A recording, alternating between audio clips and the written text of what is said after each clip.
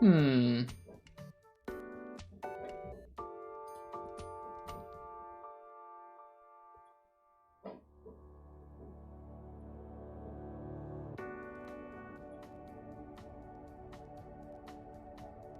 This is just, no, that's not it. That's the other webcam. Oh, that's trippy.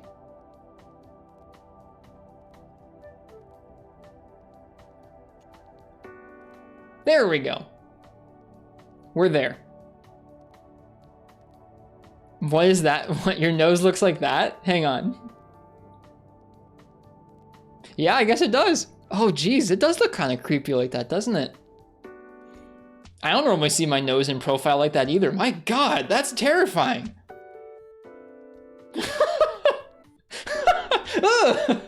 It's like a weird, it's weird, it's long. Ugh.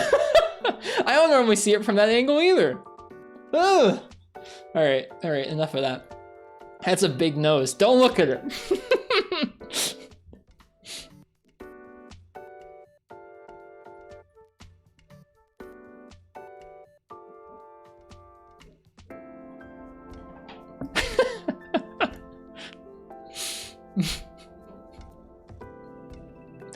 All right, how's the audio for you guys?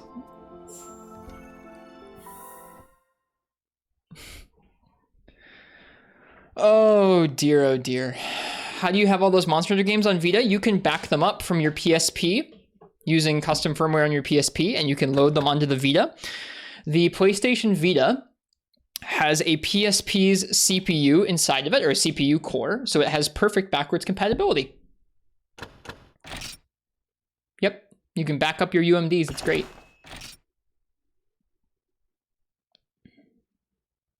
What's the plan for Free Night tonight? Like I said, I actually never finished Village. This was one of my first Monster Hunter games. This was only the second or third Monster Hunter game I played. So what we're going to do tonight is we're going to, I think, probably craft some low rank gear, or choose some low rank gear out of our box. And we're just going to do low rank Village quests because I want to chill. So we're going to chill. How do you capture PlayStation Vita? That's a great question. The PlayStation Vita has a great homebrew scene. And when you install homebrew on the Vita, you can install a plugin where when you plug it into your computer, it shows up as a USB webcam. So my computer just sees this PlayStation Vita as a USB webcam. It's very simple. No capture card needed or anything. Does the stick work for the camera on the other games? Mm-hmm. Is that easier than loading a PSP ROM for the game? It should be about the same. Whether you back up your ISO, Monty, or you obtain your ISO from other more legally gray areas, you should be able to load them on your Vita the same way. Thanks for the apology, Doc Crotchel. Like I said, I don't think that, I can acknowledge that I don't think you were just trying to be a jerk. So I appreciate it. Like I said, I know I got really worked up, so if I said anything that offended anybody, I don't think I did, but if I did, I apologize. I wasn't trying to. That's loud. We're gonna turn that down a little bit.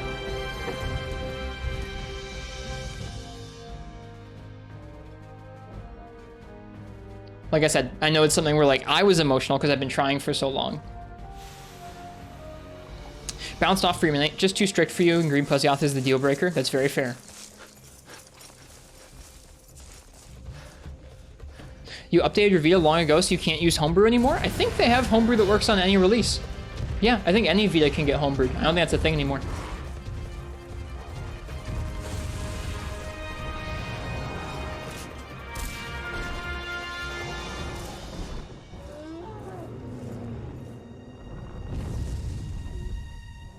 Shepard talks about this one a lot, but you've never seen him play it? He's played it. This was my third Monster Hunter. It was the first one I played G rank in. So we're gonna be on my original file for this game, and we're just gonna work on some low rank village stuff with some low rank village gear. I'm not sure what gear we're gonna use. We'll see. This is a continuation of something I'm working on right now, which is I think you can homebrew just any version now, Haru. I think there's no restrictions. So if you have a Vita, you should look into it. It's a great platform for playing Monster Hunter, if nothing else.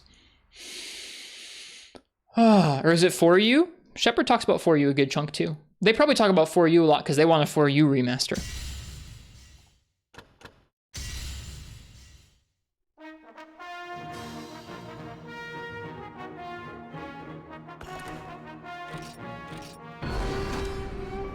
Cheers, Digiarist.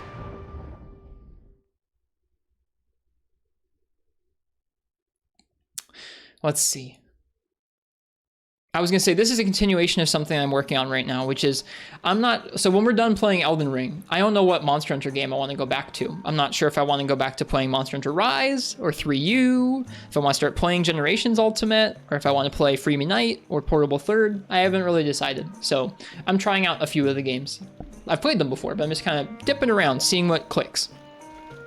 Or World, it's true. Could be World. It's probably not World, but it could be World.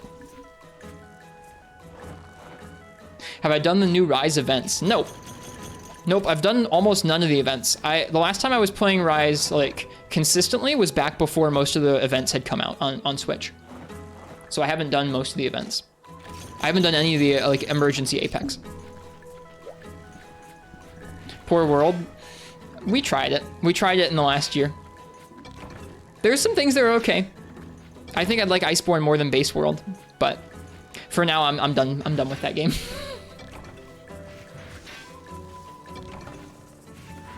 How's the volume on the farm here? Is it okay?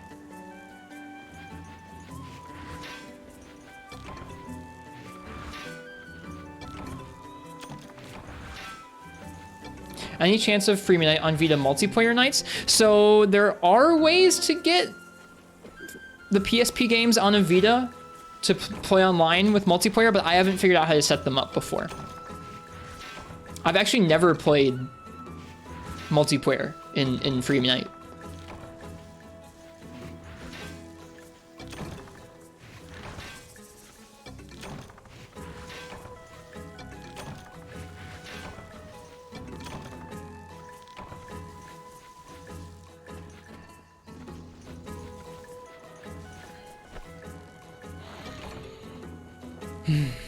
This is so relaxing. I know we're just gathering items, but this is very relaxing to me after trying that boss for so many days.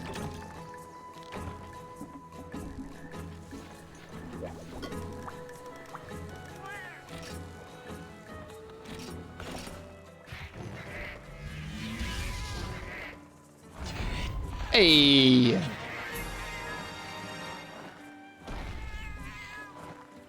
Have my box ever filled up? Mm-hmm. Yep, I've filled the box up in a few Monster Hunter games now. Minecraft is really comfy bio. I want to get back into it someday. There's been so many updates since I last played that game.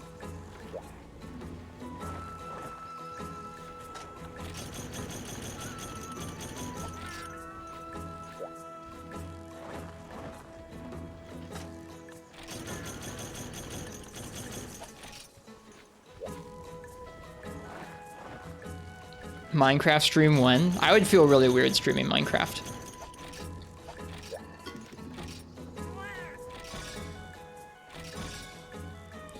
What other games do I like to play besides Monster Hunter? It's basically just Monster Hunter. I did that wrong. Yeah, it's basically just Monster Hunter. I don't really have much time to play games outside of streaming. I occasionally play a little bit of Mahjong and a little bit of Tetris, but that's about it. Oh, I need to talk to Trenya. What are my thoughts on Monster Hunter World? I've felt a lot of different ways about it at different times. When it first came out, it was my second Monster Hunter game, and I was really excited about it. It got me to buy a PlayStation 4. And it was one of the first games, well, no, I guess I played Free Me Night on Twitch, but streaming Iceborne was one of the first kind of big Monster Hunter things that happened for me on Twitch, where I was streaming Iceborne when it came out. I think I've always had a good chunk of problems with base Monster Hunter World. A lot of people look back to it pretty fondly and wish that some of the Iceborne changes could be repealed. For me, I remember like being really anxious when Iceborne came out that it was not going to change enough stuff from the base game, and I was really relieved with Iceborne. I like Iceborne and how it handled the game quite a bit better than how the base game was. I think that they got a lot of really, I mean, they changed a lot of really big things in terms of the maps and the monster designs and the visuals and everything. And I think with the maps, they did a really good job. I think it's pretty clear through both games that they were still learning how to make more fast, fluid monsters in terms of fight design in a way that was good. There's like in the base game, you don't have quite as many monsters as in Iceborne, and they were made a couple years prior, and some of them are really good. You've got stuff like Odogaron and Tobikadachi. You've got like I think Teostra in base game is pretty okay. Stuff like that. Nergigante. You've got some monsters that feel like they're pretty good, and they're fast and they're fluid, but they're not like crazy, and like they're a good fight, kind of like some of the good Elden Ring bosses. But then you've got some fights in base game world that are just kind of like they're just not quick enough. They don't keep up with the player's tool sets or the player's damage for that part. And then you've got other stuff that's kind of like Malenia, where it's like crazy over the top, like super fast. Like, how am I actually supposed to deal with this? And so I think that especially with the base game, they were experimenting a lot, and they were still learning how to make games that were like good. they were still learning how to make fight designs that were good in a faster context.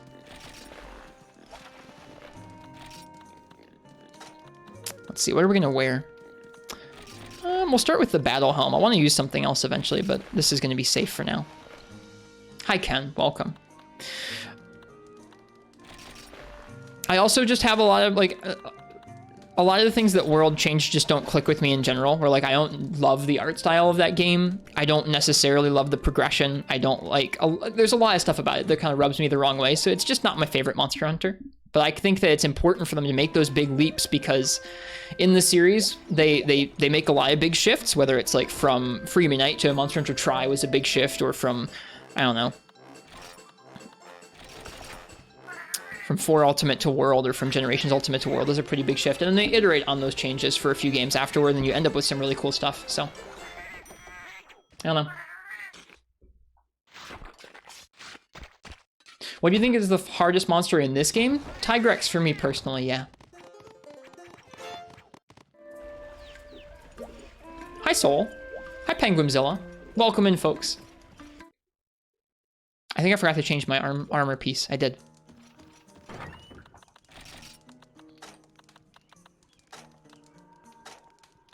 Actually, you know what? Screw it. We're going to do Mafu Mofu. Tygrex is harder than Black Gravios. I mean, there's different kinds of difficulty where, like, if we're talking, like, you can't deal damage to it easily, then Fatalis wins. But if we're talking, like, a monster that's going to chase you down and kill you, it's going to be, like, one of the Diabloses, or it's going to be Tygrex. I think Tygrex is one of the strictest fights in terms of not giving you many safe openings to attack it, but still being incredibly aggressive and incredibly damaging.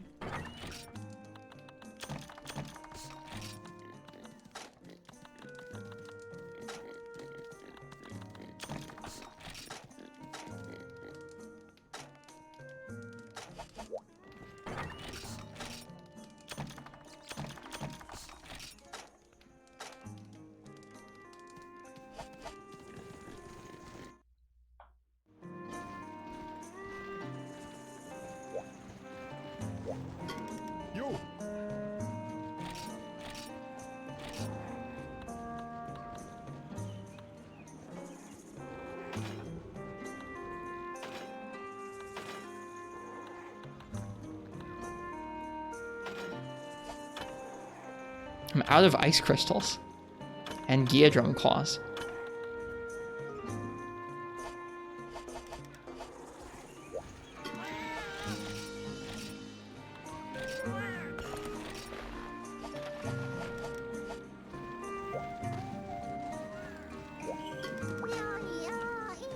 Oh, I've already cleared 1 through 3. Okay, then I guess we're gonna do 4-star. What are we not?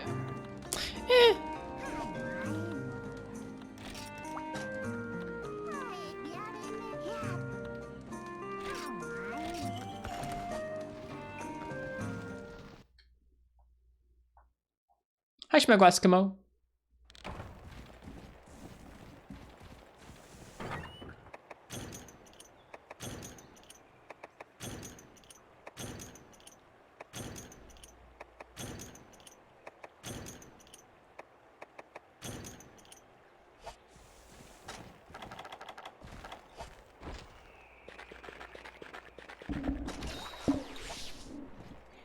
Yeah, I never actually cleared all of low rank and high rank village in this game, and I know there are some quests that are locked behind those completion, or those things completion, so.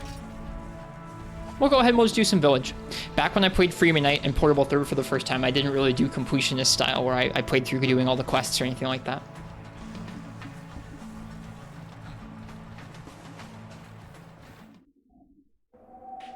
Comfy poke, indeed. I think I'm probably bumping the microphone a bit with my cables. They're kind of all over the place tonight. The cables are.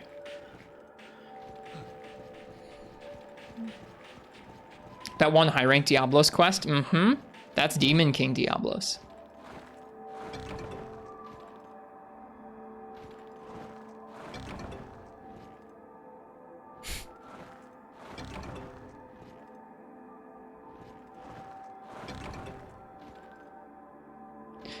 You did still have a nutty challenge? I did at the time, yeah.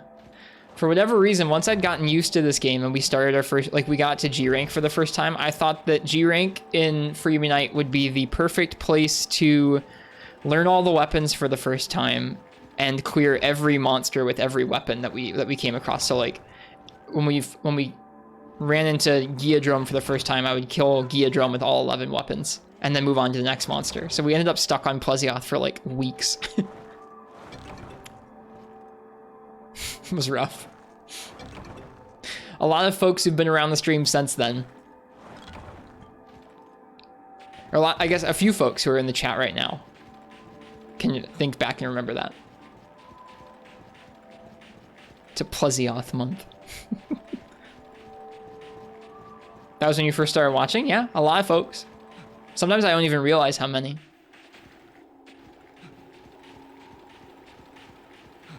Thanks y'all for sticking around for several years of Monster Hunter.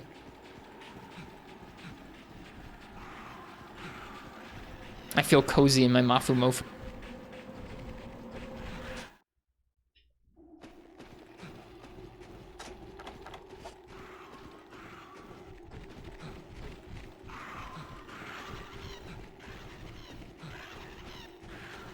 Enjoy how we can audibly hear you smiling, let alone see. Is it good? Thanks. I think it was Sanitar when you first came in, or Vespoid Queen. You know, it was with a bow. Interesting.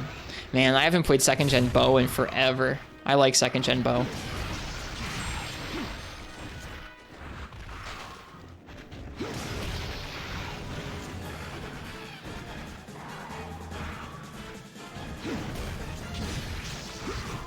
Whoop. Did I do King Shakalaka all weapons? No. I think I refused.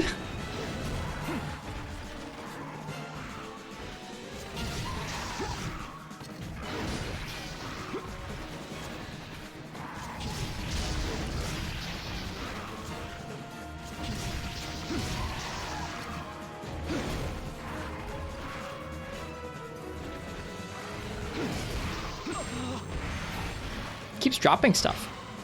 I forgot it did that.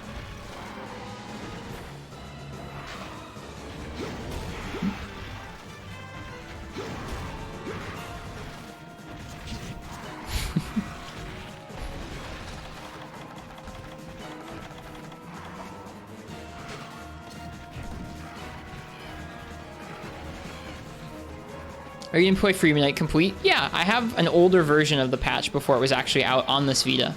I need to get the current version installed. But yeah, if we ever go and spend a prolonged amount of time in Free Midnight, we'll be running Free Midnight Complete, yeah. No reason not to.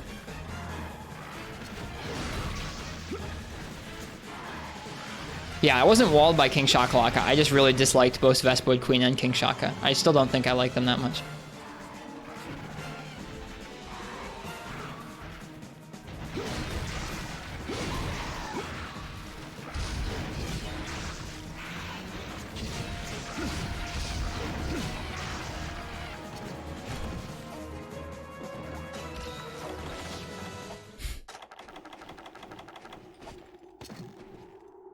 Am I gonna keep streaming for possibly years? We've been streaming for like 3.5 now. I don't have any plans to stop. I have some plans to shake the stream up, I have some plans to change things up a little bit in terms of how our schedule is and how much variety we do. But I still think we're going to mainly focus on one game at a time, and we're going to stream most nights of the week. So, yeah, I don't think that's going to change.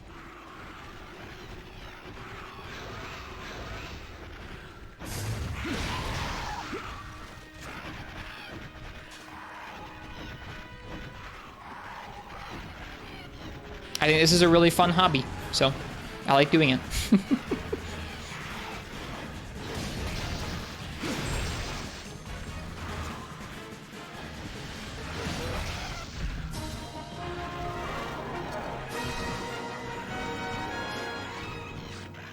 Day streams are long gone. I just have too much stuff going on during the daytime. Honestly, nowadays, I'll be more likely to sometimes have day streams. Some of the time. Because my work is actually pretty flexible. I still think I'm probably going to be too busy for them most of the time. But, like, it's conceivable I could do them now.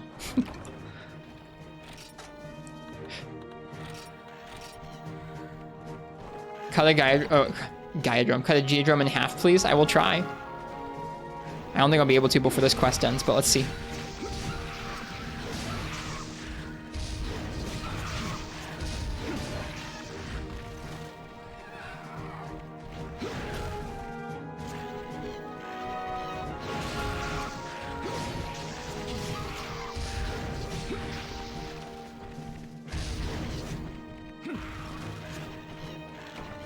Nope. Didn't get to. I'll try my best. I'll try my best to find another one. Really love this game. It was your first Monster Hunter game on an emulator. Nice. It's a nice game. It's very different experience-wise and difficulty-wise to some of the newer ones. Like, it's just a different kind of difficulty, where some of the newer games have certain monsters or certain things that are harder, but they're like a different kind of difficulty. Like more intense fast dodges or more intense patterns to learn. This game's kind of an endurance haul. Cutting a gear drum in half is possible. Yeah, cutting drones in half is possible. I'll do a quest. I have a quest that'll definitely show it off. Hang on. Hi, Kazuki. If I missed saying hello to anybody by the way, welcome in. We're just hanging out. We're playing some Monster Hunter.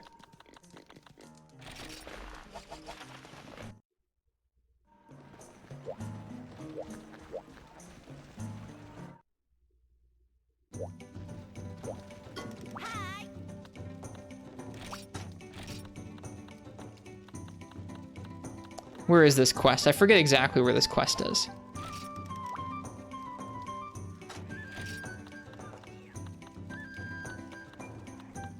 Is it a G rank one?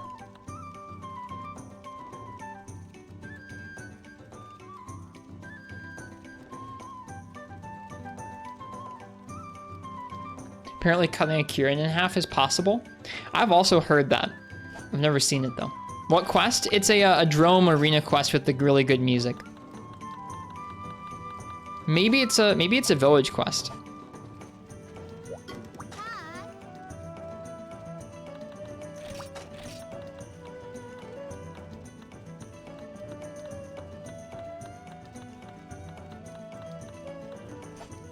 It's village. Thanks, Ferret. Good to see you. What's Nargacuga like in this game? Nargacuga is the flagship of this game. I really like Nargacuga in this game.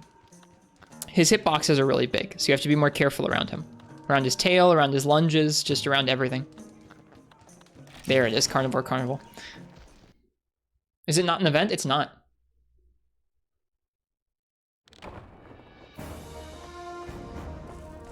Cheers, Gog.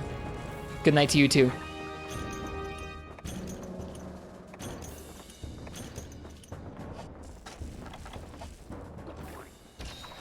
All right, so this is for us to try and cut some dromes in half. Or not dromes, but prey, I guess. Prey in half. Yeah, this theme is great.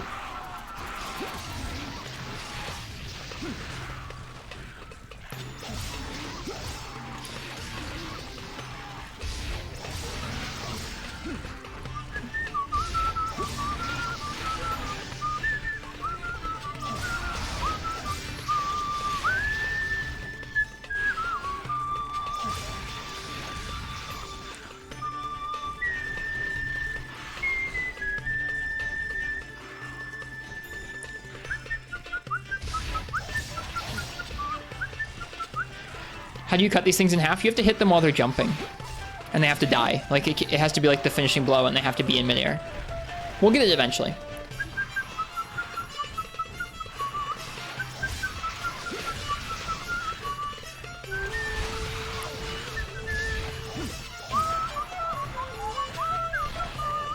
They can also hit each other.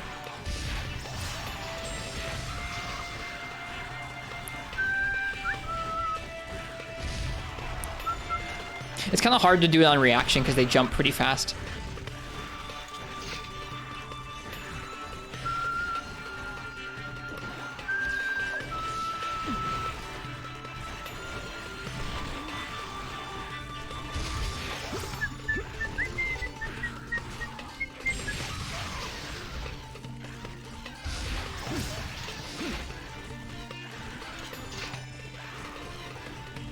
You can't attack them regularly. I mean, you can attack them regularly just fine. If you want to cut them in half, you can't attack them regularly. I mean, if you want to cut them in half, you'll have to just have it happen by chance. Like, you can attack them with any kind of an attack, but if it hits them while they're in midair, it will cut them in half.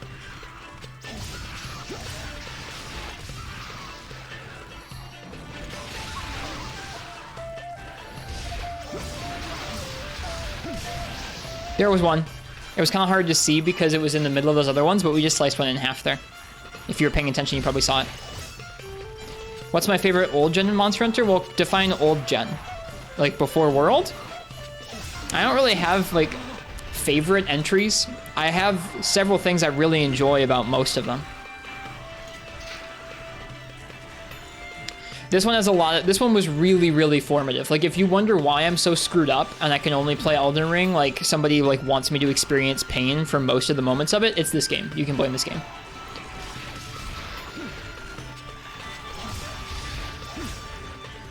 I've played a little more 4 Ultimate than this game at this point.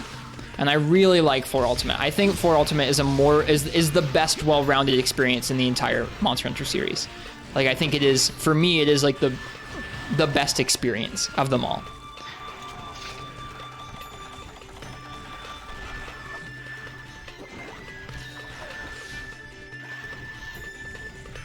But like I said, this one was really formative for me. And I think they're all worth experiencing too.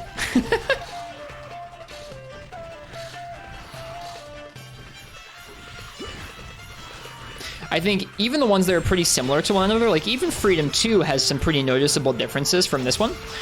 And like those sorts of differences aren't always readily apparent until you've spent a good chunk of time in each of them. Like you've played through an entire rank and you've ground up some gear and you've fought a good chunk of the quests and you've done some of the end quests at like the end of each rank or the end of village or end of hub.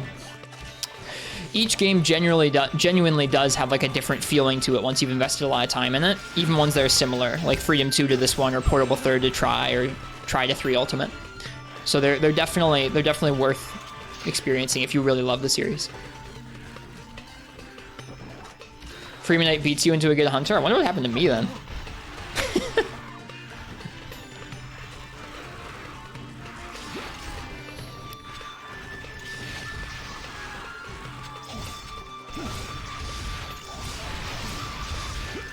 But yeah, that's this quest. You technically only have to kill the Velocidrome, or sorry, the Velociprey to clear the quest. The other ones are just here to give you materials and to be fodder. I just realized I haven't carved any of them. You usually take on this quest when you need a certain amount of carves from them, because they'll infinitely respawn until you kill all the Velociprey. So let's say I needed a bunch of Ioprey materials. You can just kind of sit here and just carve and kill the Ioprey until you've gotten what you need, and then you can kill the Velociprey and kill the and finish the quest. It's good for that kind of thing. I just wanted to show off slicing them in half. And the music's really good. So I guess we should be killing the Velociprey.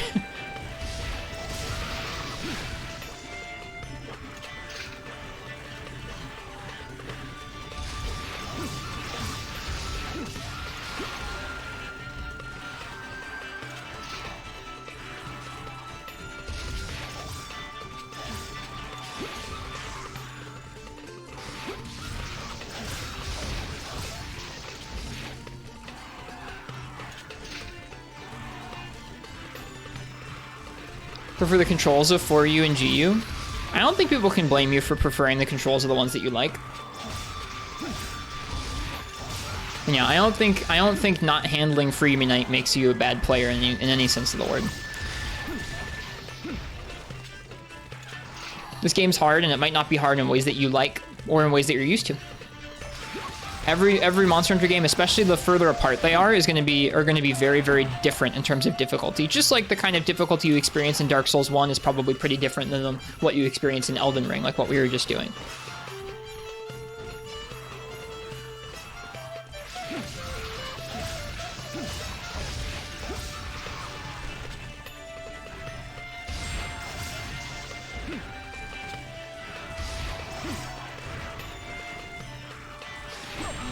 Ouch. Way more fun on the Vita where you can play with the dual analogs. I played like, excuse me, something like 500 or 600 hours of this game on a PSP. We streamed from a real PSP, and I stream now off the Vita. I'm playing this on a Vita right now. If you have the option of picking up a PSP or a Vita to play the older Monster Hunter games, you should get a Vita. I don't know if I've ever carded to this quest before.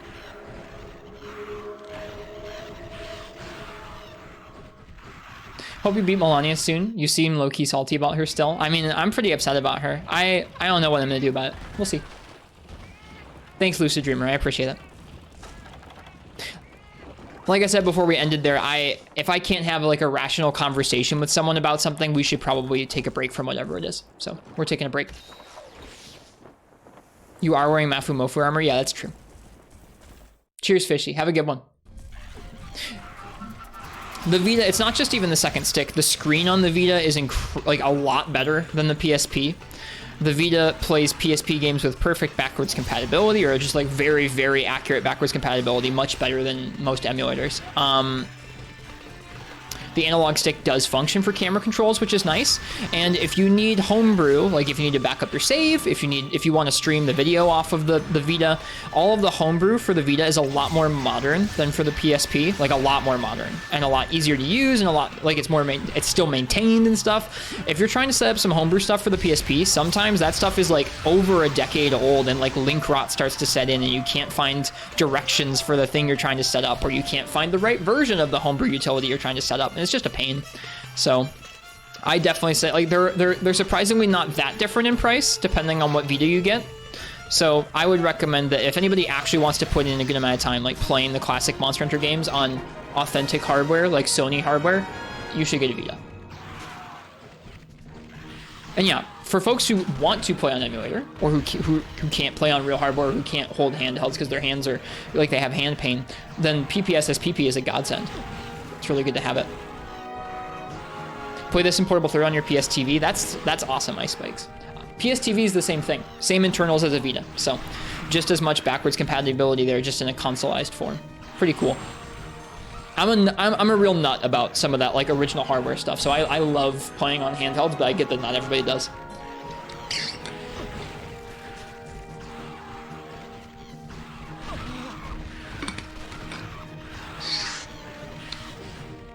Relive Vitas are still quite expensive to get, so your old PSP is the way to go. Yeah. If you already have a PSP and you're okay with it, then there's no issue with that at all.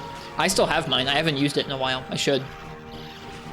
But the Vita's pretty nice. It's not the same price. It generally is more expensive than PSPs, but PSPs can be kind of, I don't know. They've been around for a long, long time. It's harder to find ones that haven't been like messed with.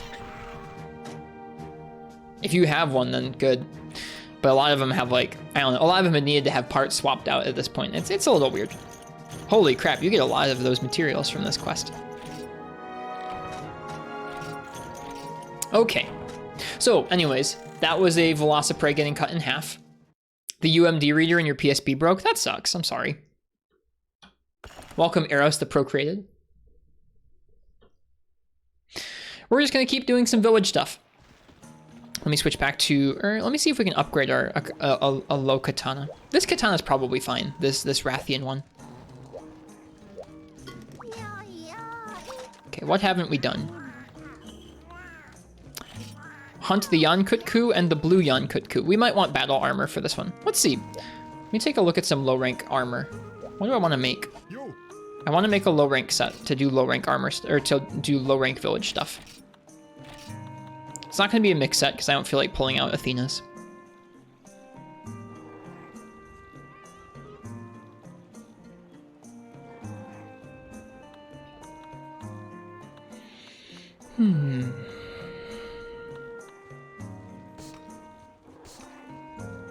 Whoops.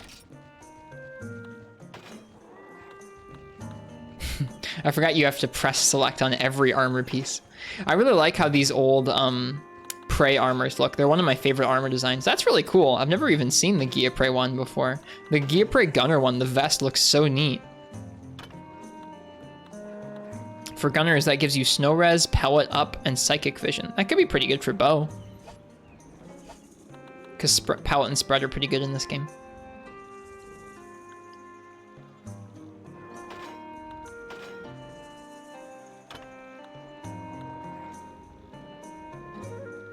His Speed Sharpener on Velociprey Mail.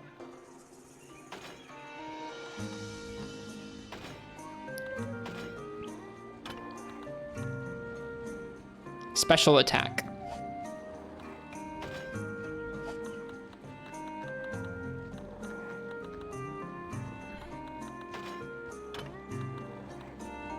Rec Speed, Wide Area, Horn.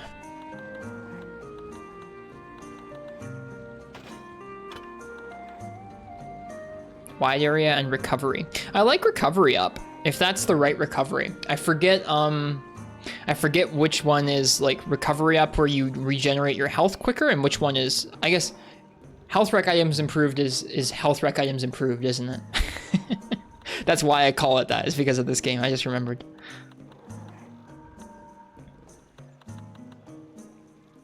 This is high rank armor. Okay. Right? It's rarity 4. No, this must be low rank.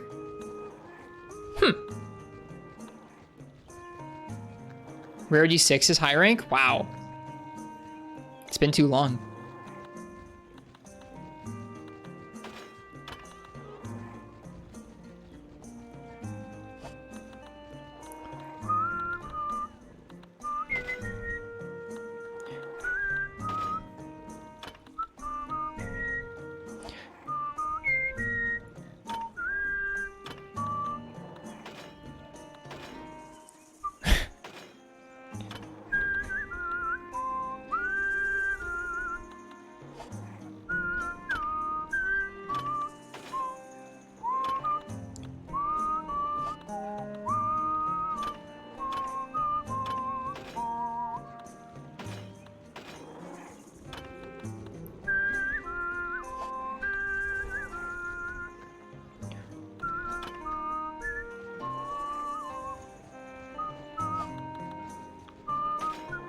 I'm just looking through some low rank armor right now.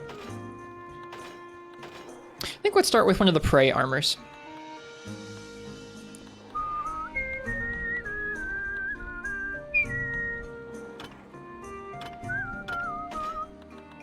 Whoops. So Velociprey. Oh gosh. Man, I'm really bad at these menus. I apologize. Okay, Velociprey gives Speed Sharpener. Does all of the Velociprey armor give Speed Sharpener? It looks like it. I should actually like be adding them in my head, but I'm not. All right, so that's 1.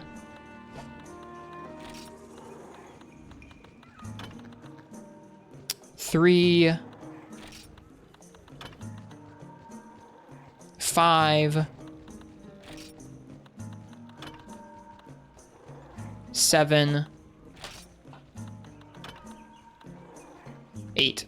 We might be able to gem it if it has. Do they have slots? They do have slots. Okay. Do I have that armor? I doubt I do.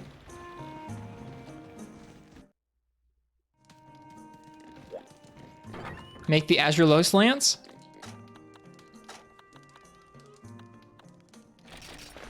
You mean this one? I like that one. I don't think it's the final upgrade of it.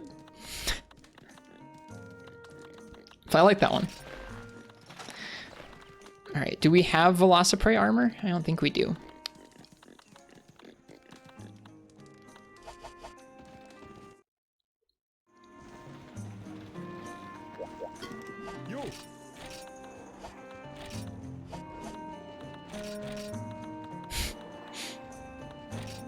Oh no, I did. It's the end. Oh my gosh, I'd forgotten I'd done that many. Can you show your weapon use on guild card? Yeah, sure. Hang on. That is the final upgrade. God, that set, that lance took forever.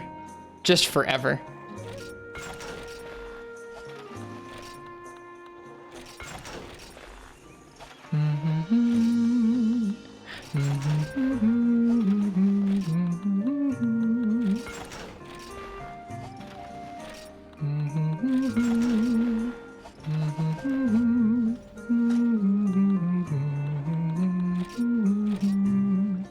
All right, so this is one of my first guild cards. We've done like 1,300 quests. No, more than that. Over 1,300 quests.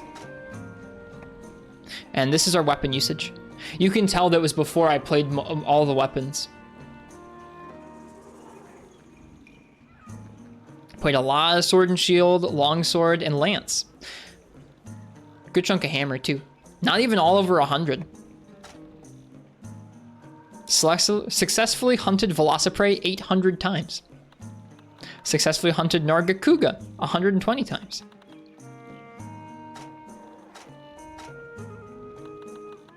Not anywhere close to 100% completion.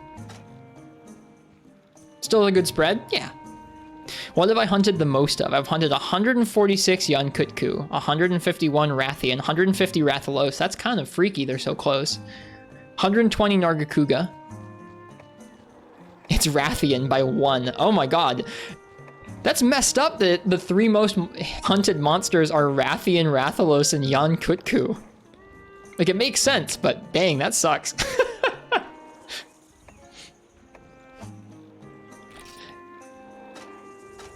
And the astute of you will notice that there are some that I haven't hunted at all. Only 2 Lunostra, only 2 Chameleos.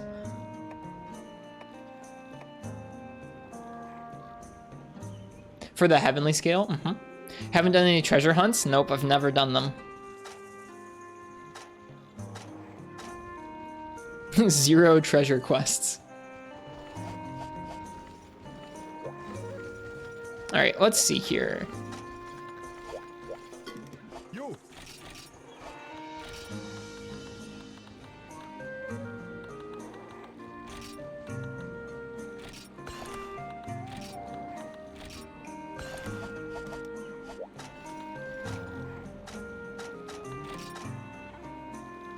Feint negated, combined success, speed sharpening.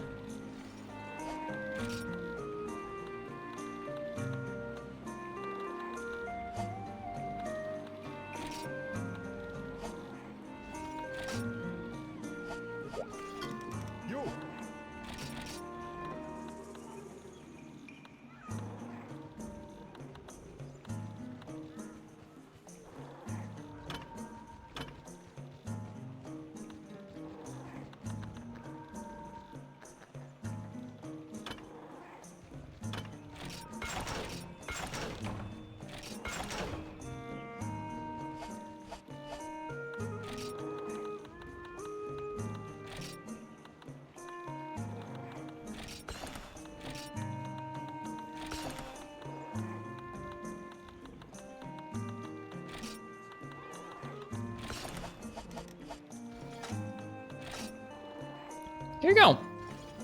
Oh, we have extra. I didn't realize we had an extra speed sharpening deco we didn't even need.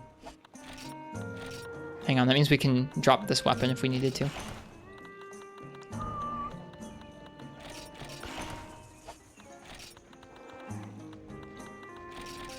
Whoops.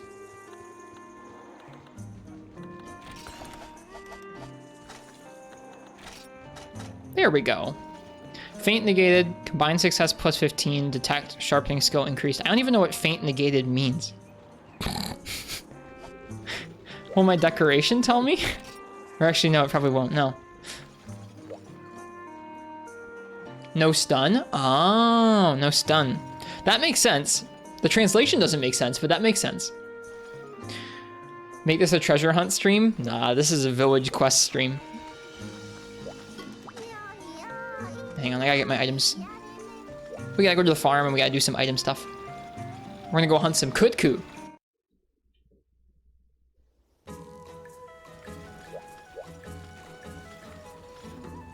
Did you know you can only do treasure hunts in freedom if you're doing it duo? Can't do them solo. Pretty interesting. That is interesting. That's abnormal for the series in general.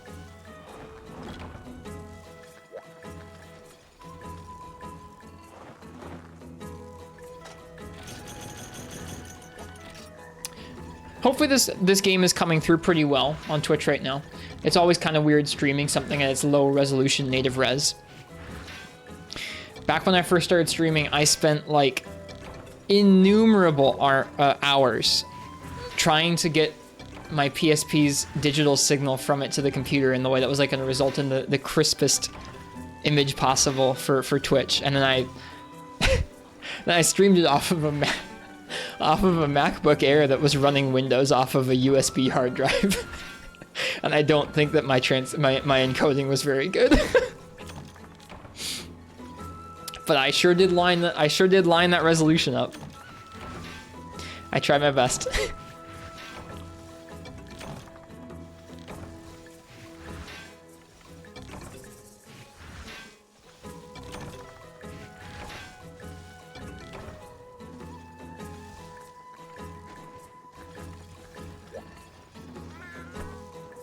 Yeah, we'll go actually hunt some monsters in a moment.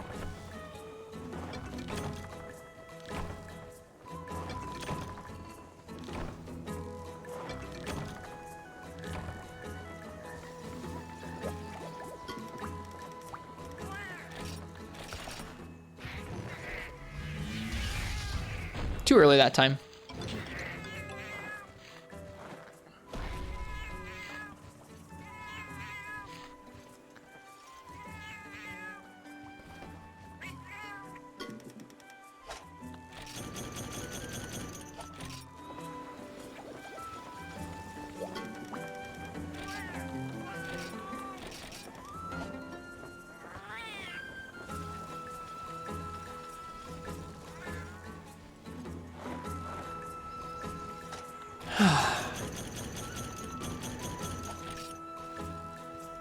This farm is like absolutely one of my happy places.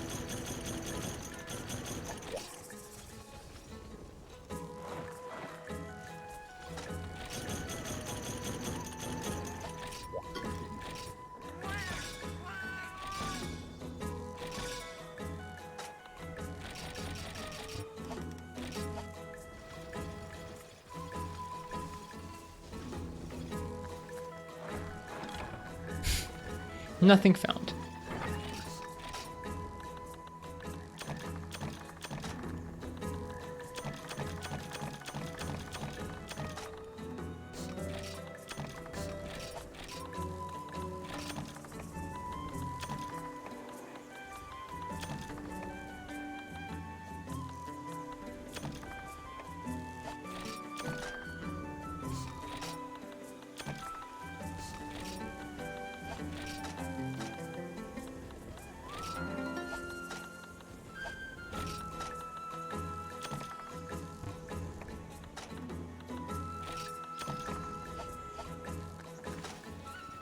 Hello, Zeo1000.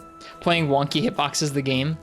We were just playing another game that had some wonky hitboxes on a move or two. We were playing some Elden Ring tonight, and I got pretty frustrated, so we switched.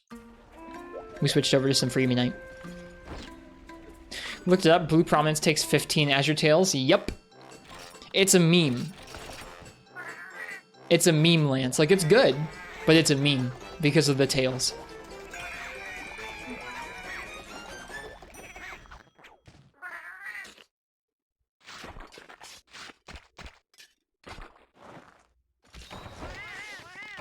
A lot of things in this game are ridiculous in terms of the the material requirements.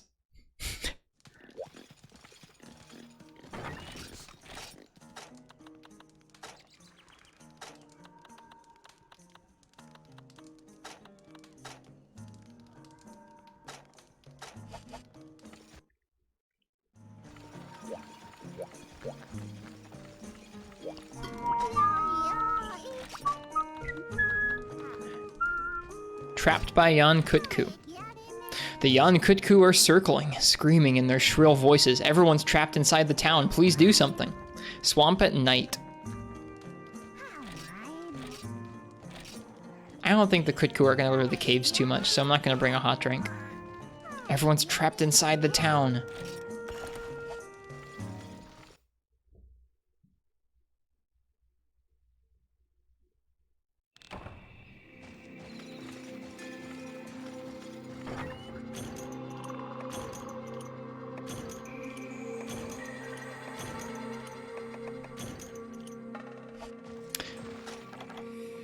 How's volume for you guys? Good? I have it turned up pretty loud in my ears.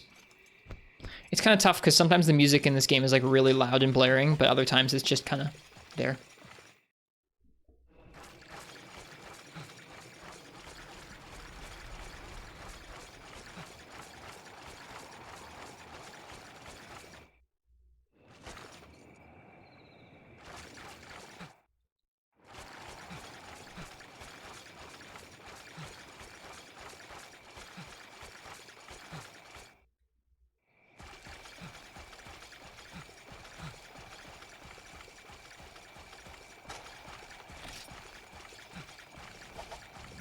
Uh-oh.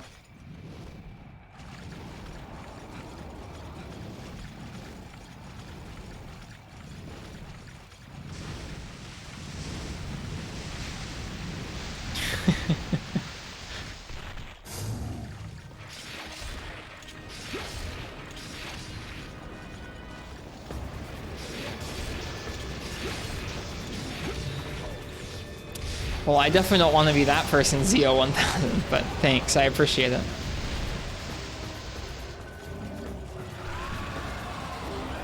It was less about just getting too upset for the fight and more just I wasn't able to have a civil conversation with somebody in chat, and if I'm like upset enough about the fight that I can't have like a civil conversation about it, then we should take a break.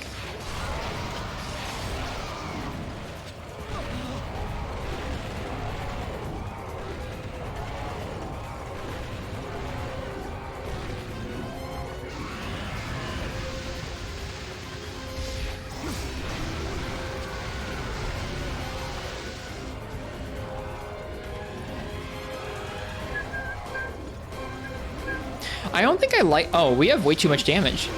This must be like a good sword or something. I remember when I first played this game, I didn't like this song that much.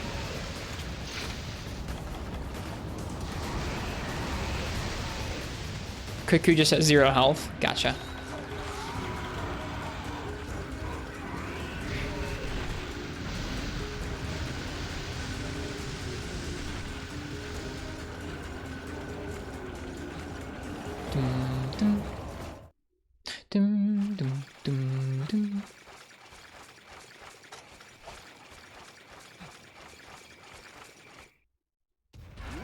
Double monster quest as well? Yeah, I guess you're right. Dang.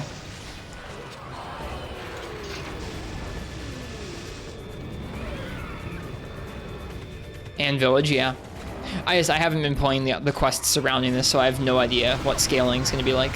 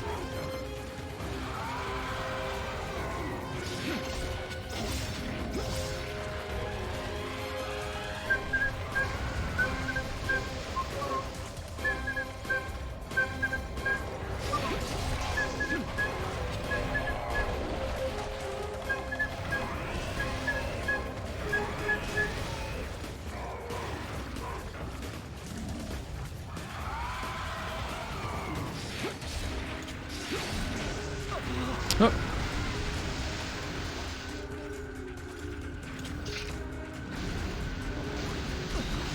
Hey, he'll cancel. Sort of. This weapon's kind of busted for low rank.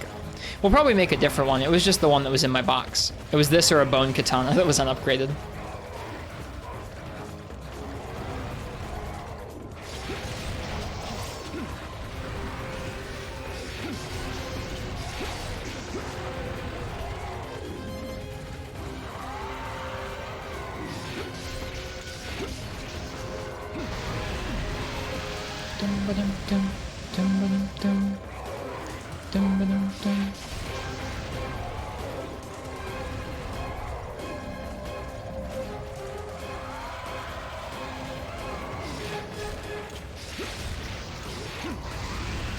We both did the same move.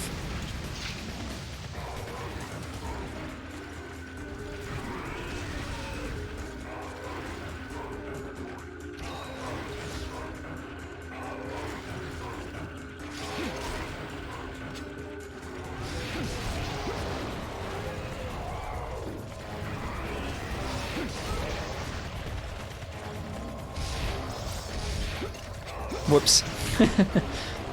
Horizontal swipe's too low.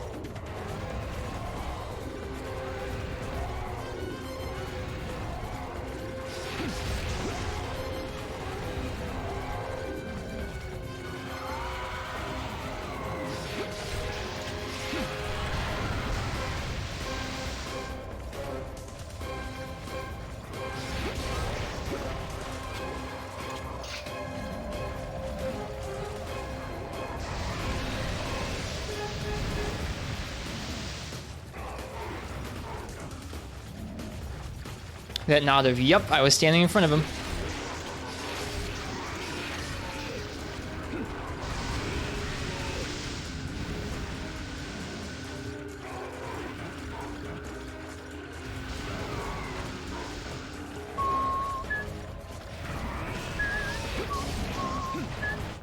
Whoops. Hi, Zelda fan.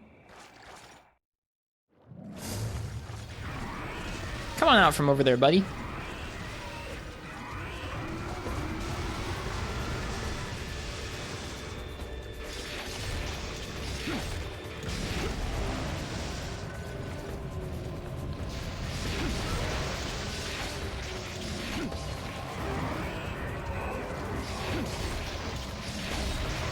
Oh my gosh.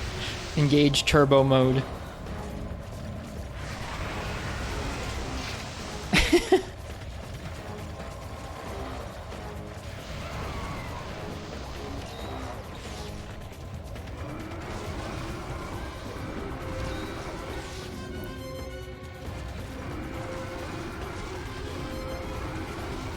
That's a good sound effect. Like down pitch shifted for Blue Kutku, that's a good sound effect.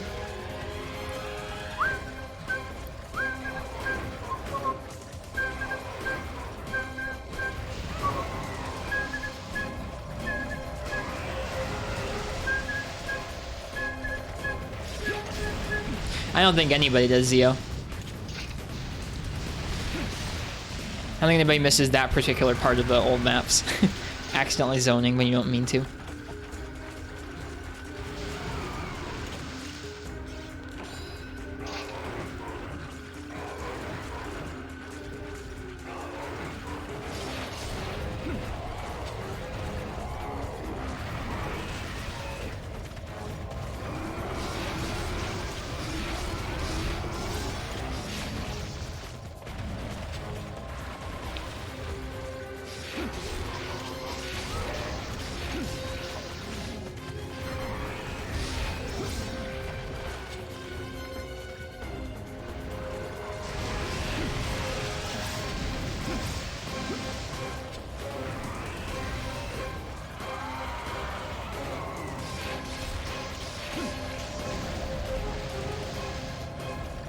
Oops.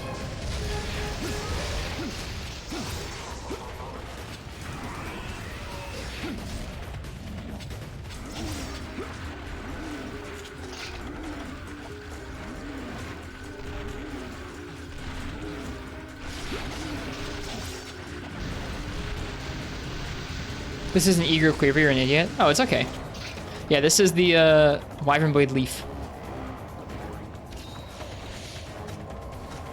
The rarity 3 version.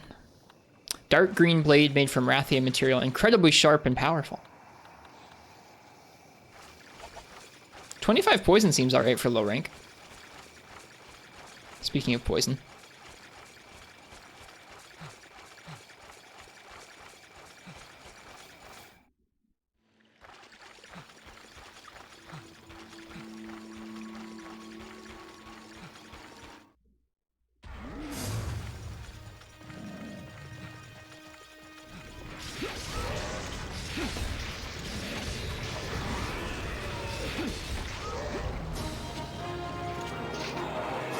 Cozy.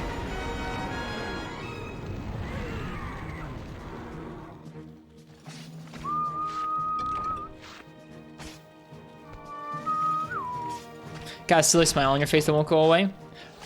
What's someone finished Moon? I don't know what that means, but I'm glad watching this makes you happy. It's making me happy too. This game's cozy.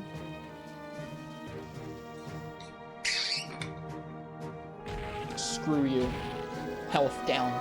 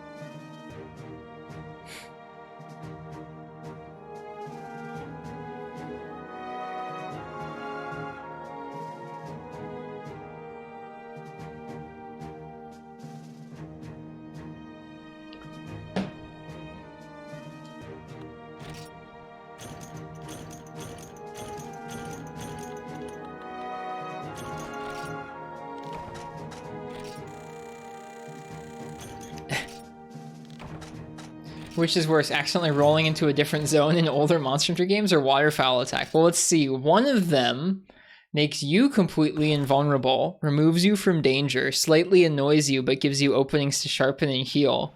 The other one... I don't think there's much of a question there.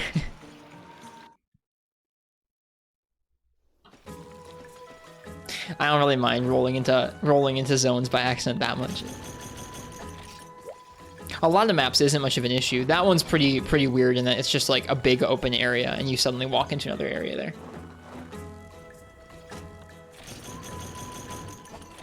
That's cool, Vio. I'm glad somebody else is enjoying it. Moon's your current... Okay, hang on. Oh, it's so nice not playing a game on the computer. So this is something where, like, I think if you play a lot of games on the PC, you might not know how obnoxious it is to have to alt-tab out of your game every time you want to, like, use your computer again. But, like, oh my god. Whenever I'm, like, playing a game on a console, where I can just, like, reach over and use my mouse without having to, like, alt-tab out and, like, hope I'm not gonna... It's just so nice. So nice. Moon's your favorite game of all games and probably is going to be your favorite game forever.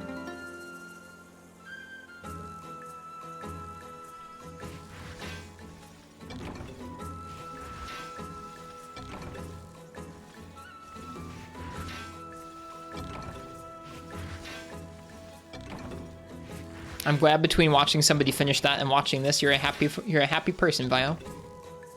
I'm a happy person too. I like this game.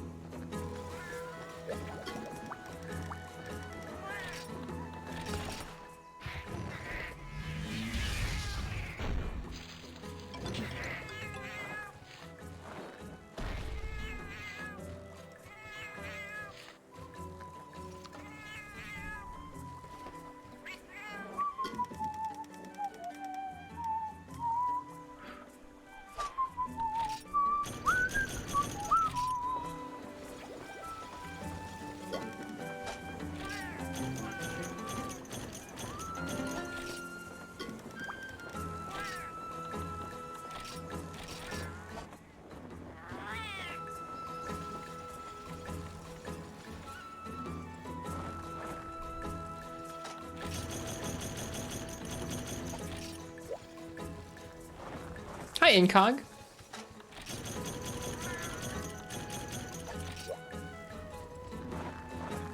I only have an older version of Free Midnight Complete on my Vita, so I'm not running it right now.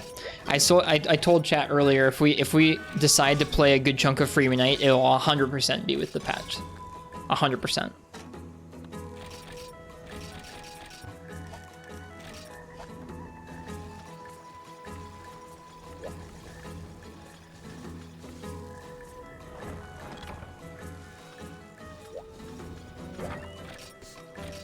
Can send me the current build.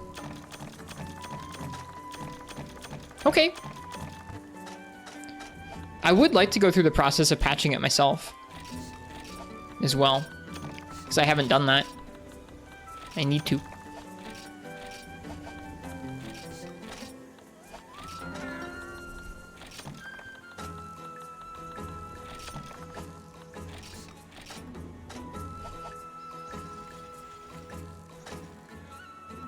Trying to get bonus DLC enabled by default.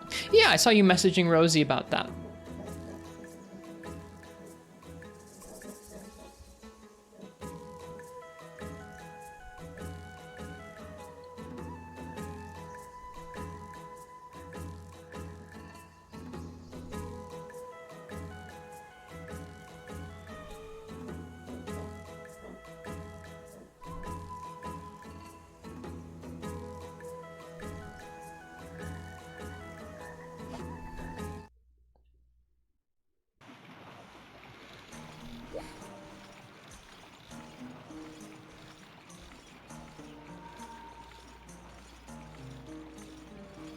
Weird.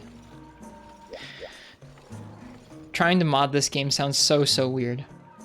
Okay, what's next? We did some Kutku. Boop.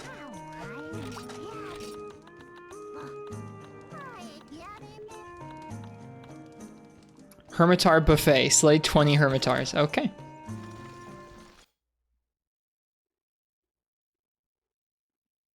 I think the wandering ones are also always free. The ones from the peddler are not, but the wandering ones I think are.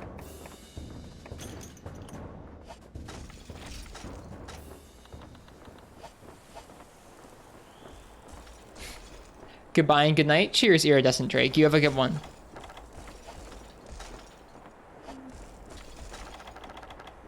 All right, 20 Hermitars. Is this going to be in the special, like, floating arena? I think it is.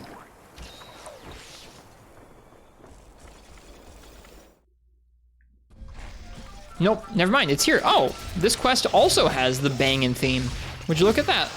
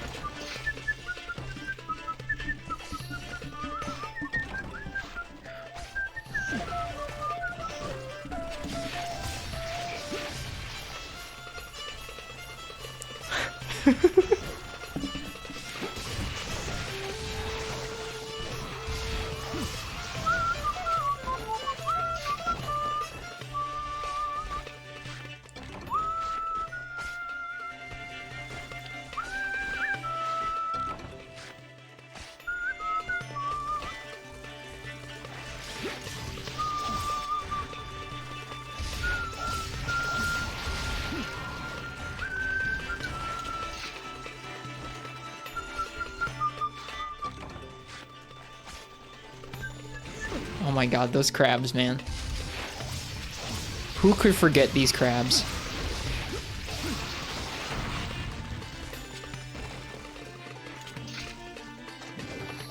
Oh god.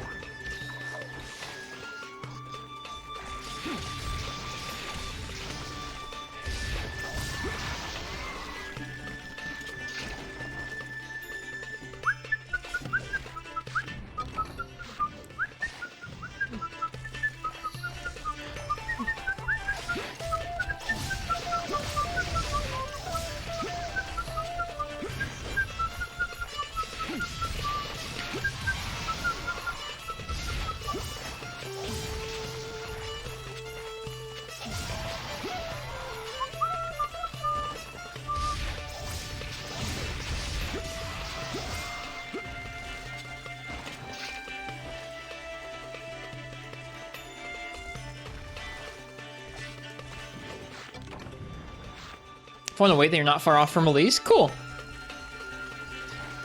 Yep. I'm not sure if I'm going to be playing a load of Free Me Night right now, but you asked me to look into the Linux patching the other day, and I still intend to.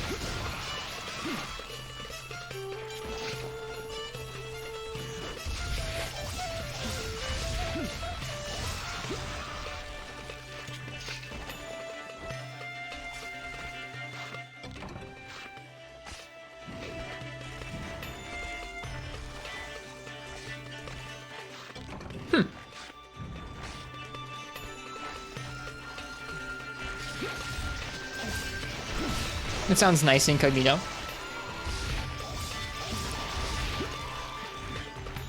Have there been people who wanted to test their own modifications since you started doing Free Me Night Complete? I know some people have had their own opinions on like how much you should or shouldn't modify and if you should change the music and that kind of stuff.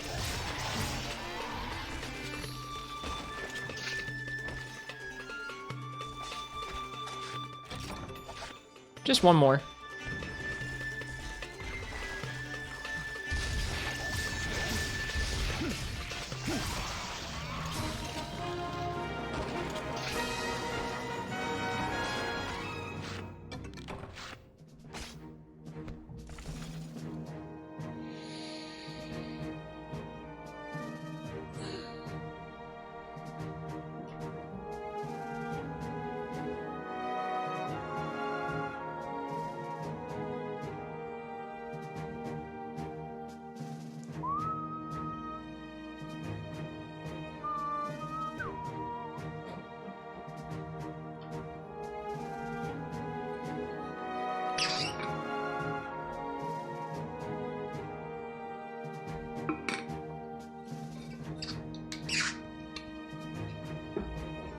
How so, Incognito? Are you looking for powerful or less powerful machines to try it? On your new laptop, it took almost 2 hours. Yikes. That is a long time to build that.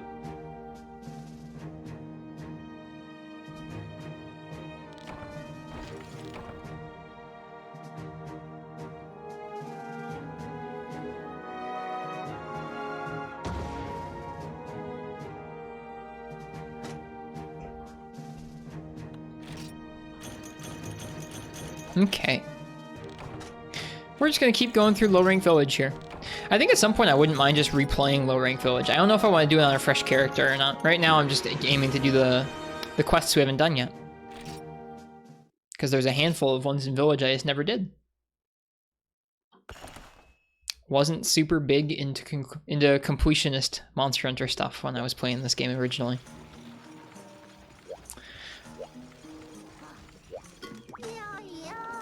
Alright, 5-star quests. What's next? The Tygrex's Roar. You don't say. Alright. Oh, I guess I need to like do some item stuff.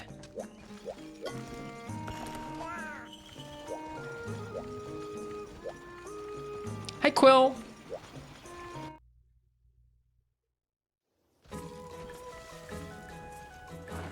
The chill period is over. That's okay. We had some time to chill out. The chill out was necessary.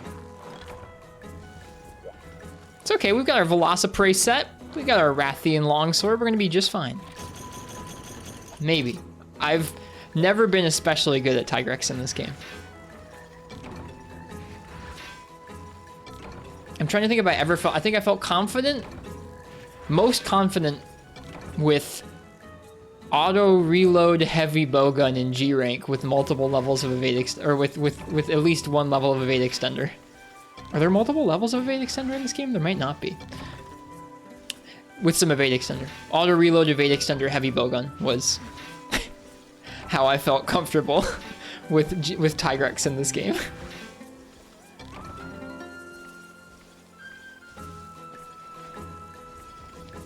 You just roll super far away from him and then hip fire shots into his face. Trying to think if there were any other... I mean, I'm sure at some point I fought him with like Blade Master weapons and I felt a little better, but I don't ever really remember feeling super confident against him. We'll see how we do.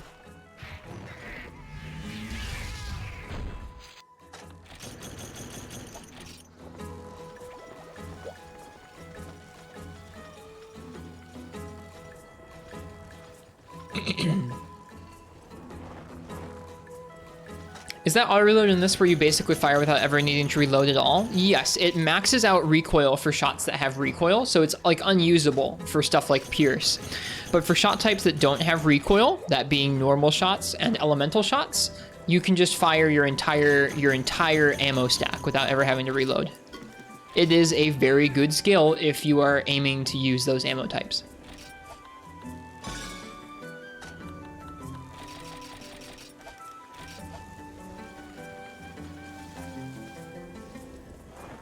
Very enjoyable.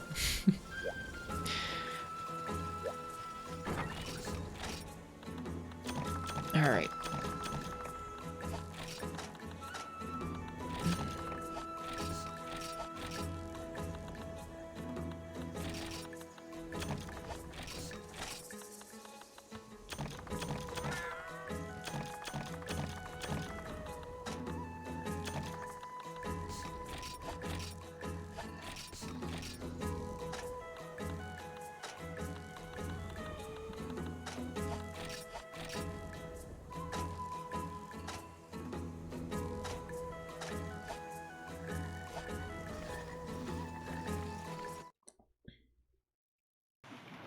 It also means weapons that have stupidly high damage values but stupidly long reload times make it so that the only real negative of that weapon is completely removed.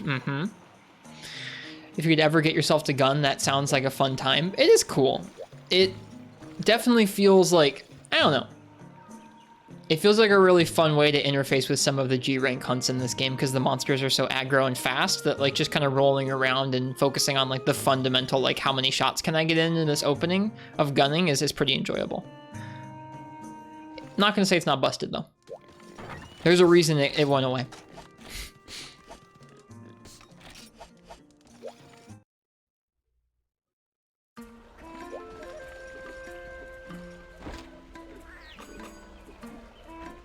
What's up, fish kebab?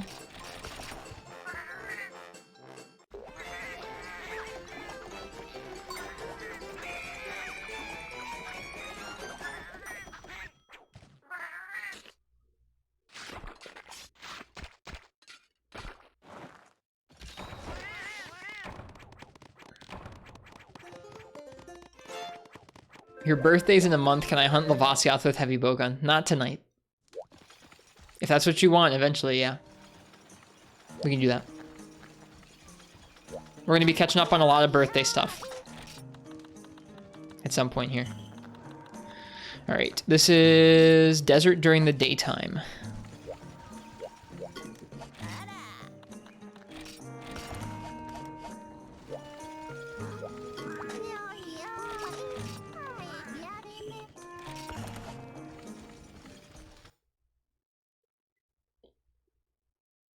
Specifically the training school of Lavasiath with heavy bowgun. That's a little more feasible for me to do because I don't have to try and make that frickin' set tonight. When am I doing your birthday hunt? When was your birthday? Was it recently and I missed it? I know we've missed a good chunk of birthdays recently. Was it April 9th? That's recent. We're gonna be doing like a birthday hunt week or a birthday hunt like few nights where we catch up on birthdays that we've missed because of Elden Ring. It'll be a handful of days, so if you can't make it to one, there'll be a few options.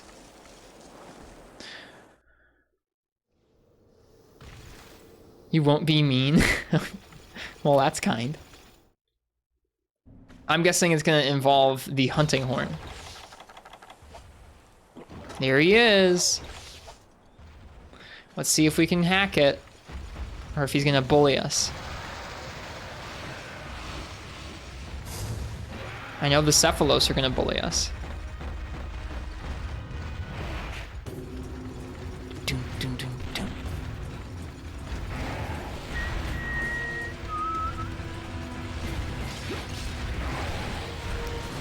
I think the Cephalos got us there.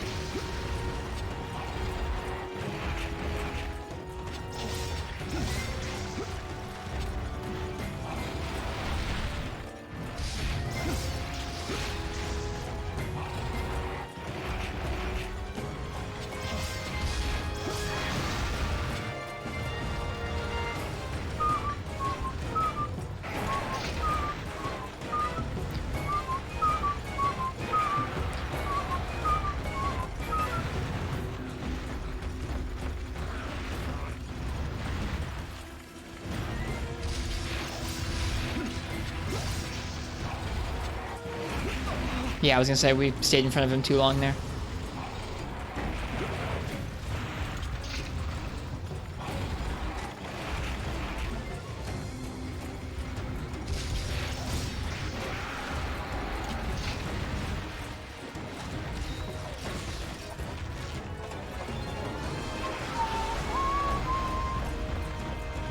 It's fun to feel like Monster Hunter's sensibilities kicking back in.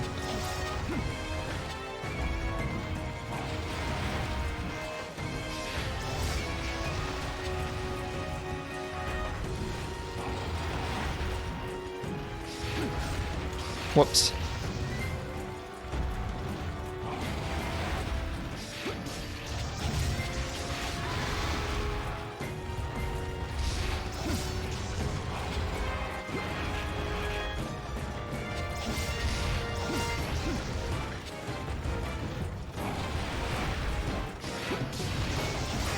All right, here we go. Hello, Damien, welcome. Now the actual fight begins. Can you handle him enraged? The rest of the fight doesn't really matter that much. I don't know, Fish.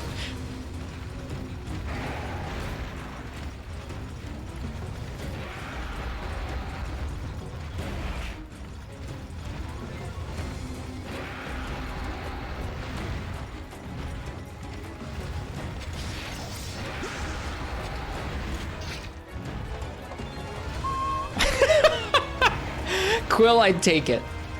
I would be understanding if this guy busted out a waterfowl. Now that I would understand.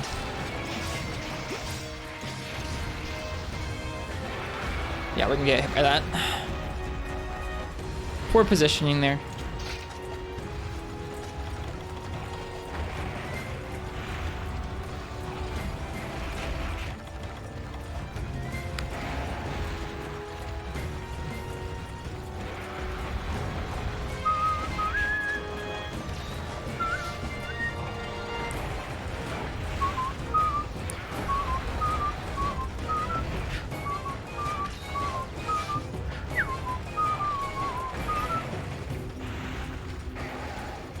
I forgot that's how he leaves in this game. He is like instant transmissions out of there.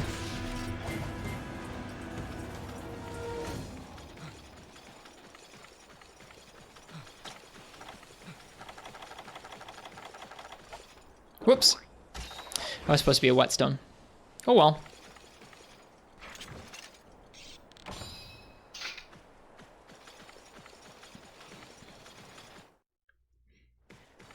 It's insane this is a low rank monster too.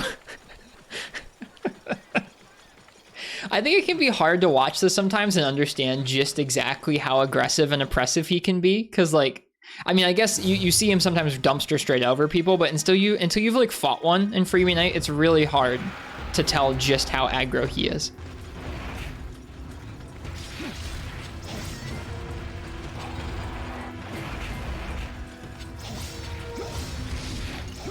Whoop. That was aggro. That was greedy on my part there. Ow.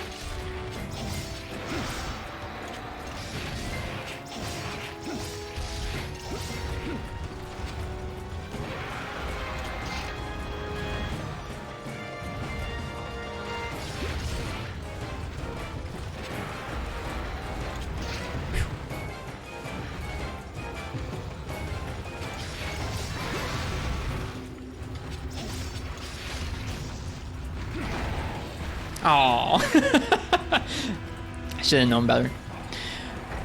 So I don't think this is an amazing like fight in terms of ways to approach it. For a lot of weapons, it feels like it boils down to once he rages, like you have one opening to kind of hit his head and then roll out to your right. For a long time, I was really upset about this fight. Now I can just accept it for being exhilaratingly hard. Just watch him get angry again? Oh, he will.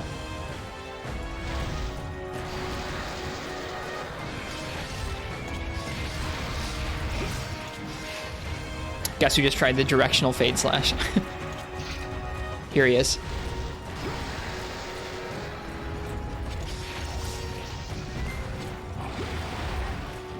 We would have gotten hit there.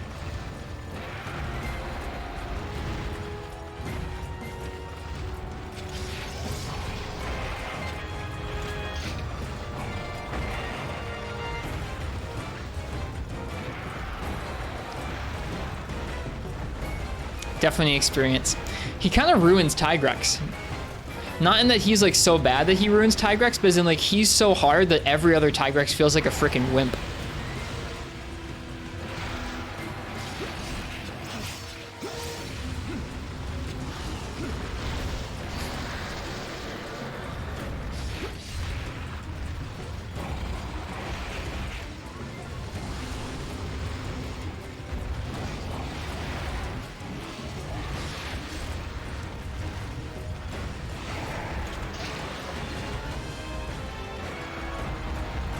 Oh, the rock!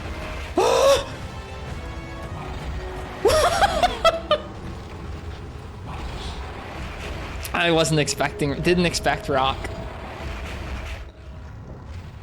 The homing and the rock. We would have been all right if it hadn't been for the rock.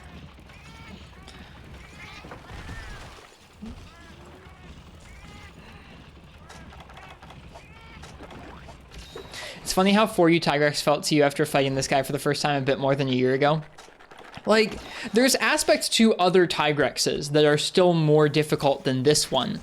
But this one is like so much, like in totality, this one is so much more difficult than any other incarnation. It's just not even funny. Like even this low rank village one is tougher in a lot of aspects than every other Tygrex that follows. Now, obviously, like I said, there are moves and mechanics and things about Tygrex in later games that are more difficult than this one, but not in totality. This is just the one. He's not good. It's not good. It's not fair. It's just exhilaratingly hard. I like that. I'm probably going to talk about stuff like that more often. I'm sure it's already old, but to me, it makes sense in my head.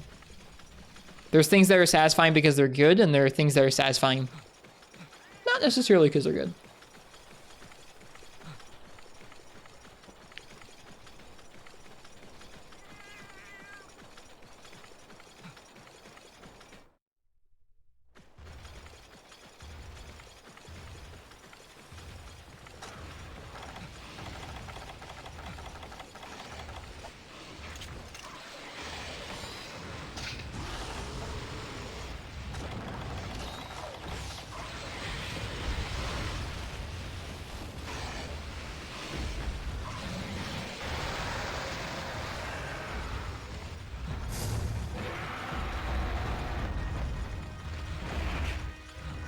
Yep, I get that bio.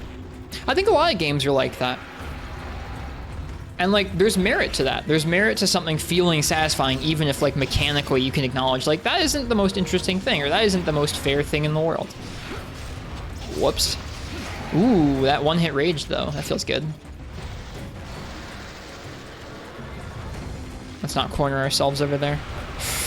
Oh, but that rock doesn't do it, no. That rock's different.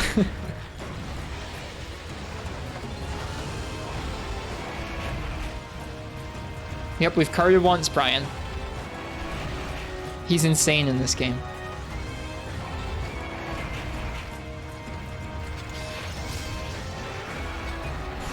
Like, just to be clear, that positioning I just did is the only way to attack his head safely. Without, like, stagger counting. If you stagger count, you can go for bigger moves, obviously, but, like, that specific positioning where you attack his head and roll to the side is the only way to attack it safely. And it is quite precise, the timing and the positioning for it. It means that you have very, very limited ways of attacking him once he's raged. I'm surprised I didn't get hit there, to be honest with you. Oh, and then I got stuck. I was slightly too far to the left there, so I got stuck on his head, and I still got hit.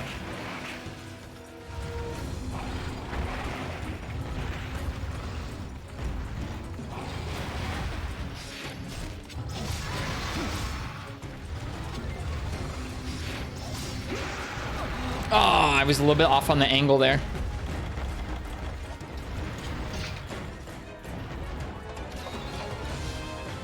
Hard to time it when he runs all the way across the zone. It is, yeah. He likes running. He does like running. I want his tail.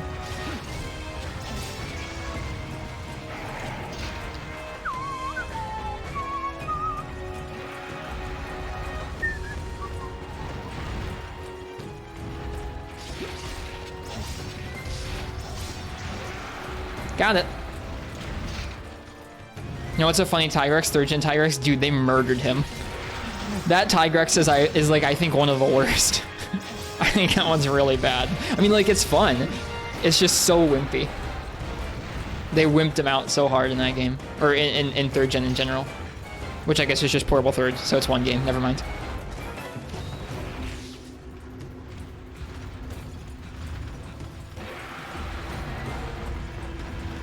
Still happy he's in that game. Alright, that's a couple flinches on the tail.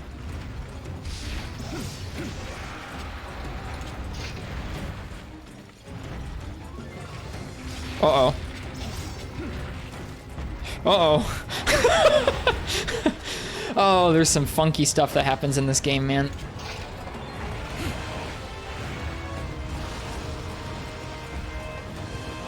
Why did I end up inside the Tygrex for that move? Who knows? No spin iframe? I don't think you can spin iframe in this game, can you? Not from inside of him like that. Maybe if you're out in front of him. Underneath him, certainly not. From underneath him? I'm assuming you're talking about kind of like out in front. Don't know how.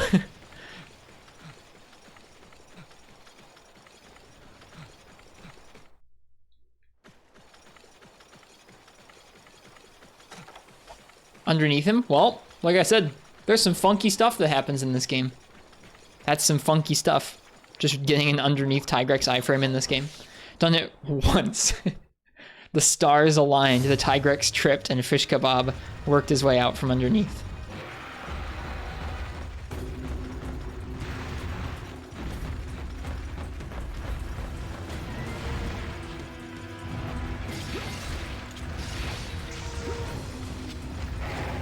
Surprised that didn't hit. Jump. Ooh, taunt? Nope, no taunt. Okay, sure.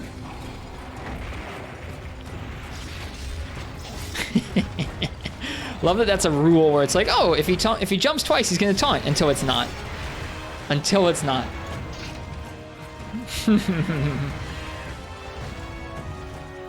Taunt only happens once he's raged. I've had it not happen even once he's raged too, to be honest with you.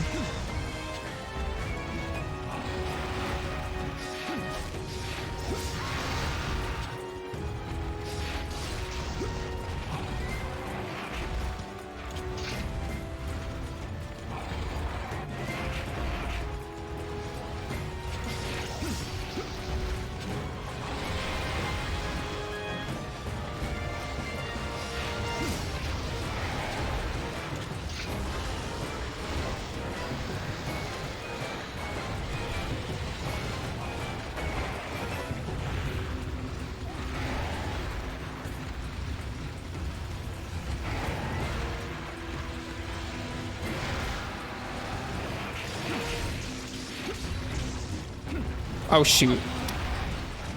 I was assuming he was gonna run. Now he's gonna run. Woo, man, that was lucky. That was very lucky right there.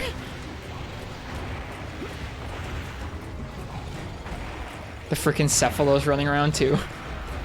No stamina. Okay, pop this real quick. Is that even safe? I don't even know. Holy crap, that wasn't safe. Oh no! He's so over the top, man.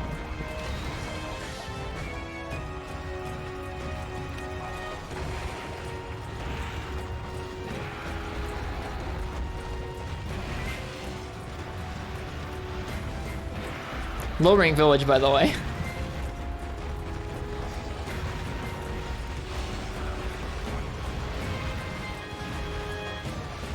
The Cephalos is making me nervous. Okay, he unenraged. He's gonna re-enrage with like one head hit though.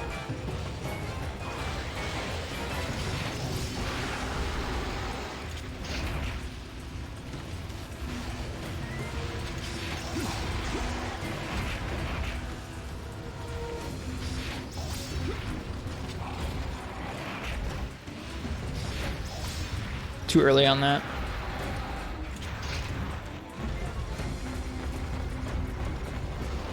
Hitting the arm instead of the head feels bad, man.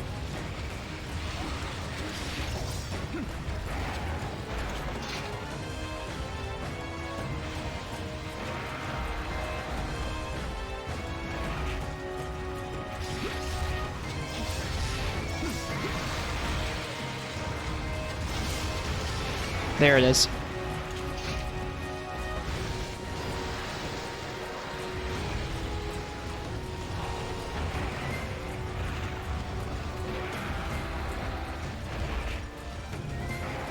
Okay, he's leaving. We could our tail carve.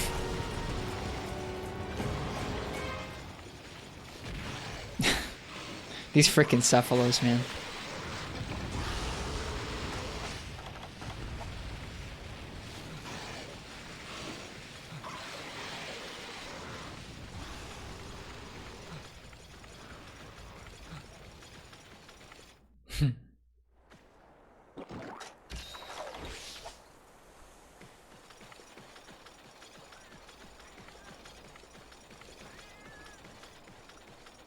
Sure, Vio, go right ahead. I feel like I can talk about it a little more now.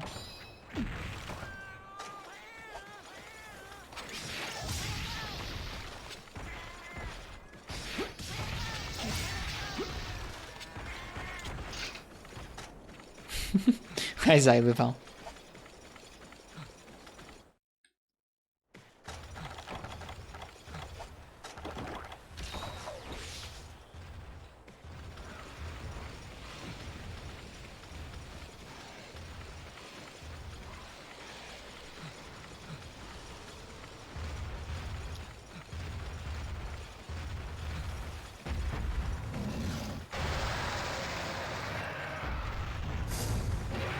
Oh, I forgot that would cancel him. I have his roar animation.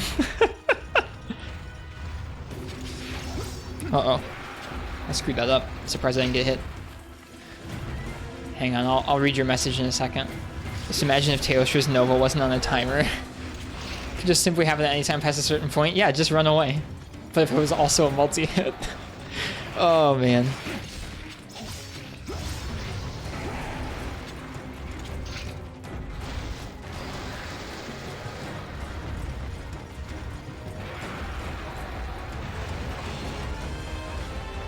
Yep. I feel pretty firm in my opinion. Like, I don't care. I mean, like, I'm aware that you can still optimize to get better and better at avoiding it. It doesn't make it any less bad. Or any less, like... It doesn't make it any more, like... cohesive with the rest of that fight or the rest of the game's fight designs.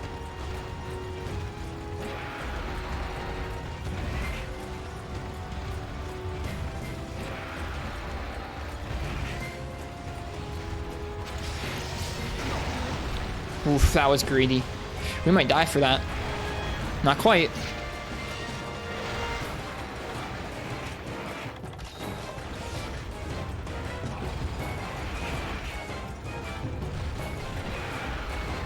That wasn't safe, but we were okay. We got lucky.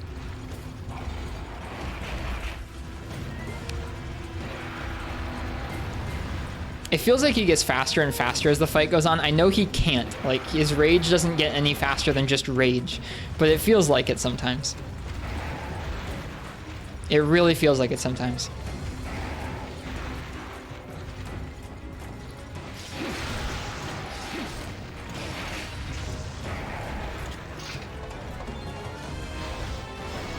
Yeah, dude, just stun lock Najarala. It's fine.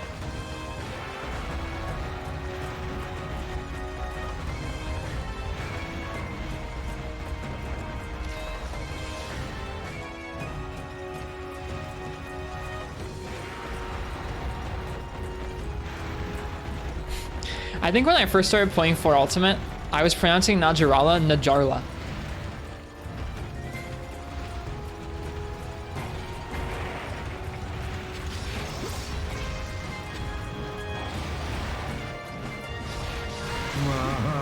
The French champagne has always been celebrated with excellence. Hey, Dwarven Man. What am I playing this on? I'm playing this on a PlayStation Vita. Hope you're well, Dwarfo. This is an older game. It's from 2008. Switch? No, I wish it was on Switch. This originally came out for the PlayStation Portable, the PSP. But the Vita plays PSP games with backwards compatibility really well. So that's why we're playing it on a Vita instead. The Vita is more easily video captured than the PSP.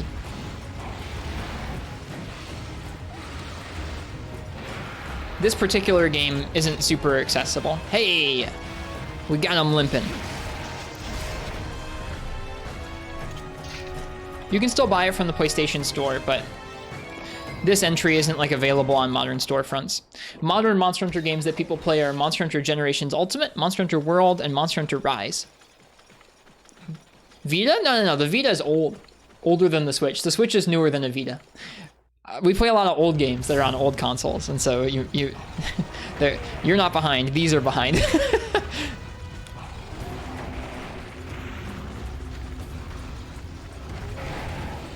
Oh man, the F-Zeros, dude.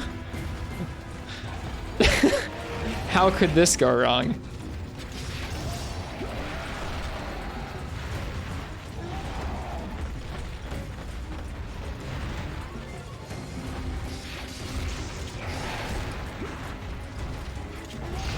Oh no. A raged Tygrex, a tiny area. F-Zeros with 1 billion HP. How'd you miss this game?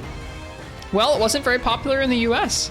Monster Hunter only started getting pretty popular in like more Western countries that weren't Japan in like 2018. I mean, it's been gradually getting more popular, but Monster Hunter World that came out in 2018 is the most popular entry in the series by far.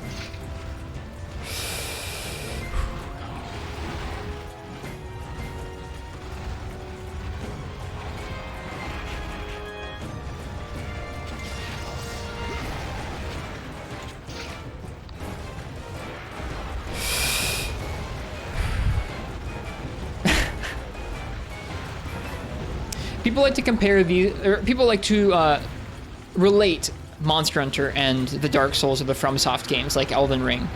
And there are some similarities, but they diverge in pretty major ways. In Monster Hunter, you kind of repeat the same bosses over and over to grind up some of their equipment and to get better at fighting them. Also, as you fight tougher and tougher versions of them, there'll be like easier versions, and then you'll level up to harder versions as you go through the game.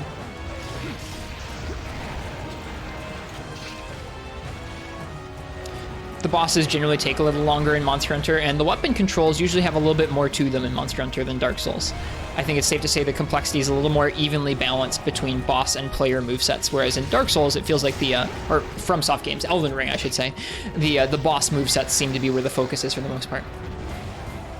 So there's some differences, but they're both built on combat systems where you have to dodge, you have to use your items kind of sparingly.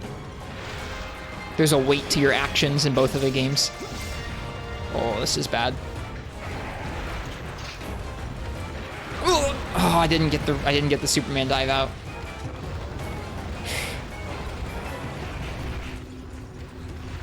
Yeah, Monster Hunter is built entirely around the bosses not going through tough castles or tough areas with enemies or anything. He tried to get us with a non-existent tail. He's still trying to get us with his non-existent tail. Second gen Tygrex will do that sometimes, where he'll just start attacking. He'll start throwing rocks out when you're behind him because he wants to hit you with the tip of his tail. It's very silly.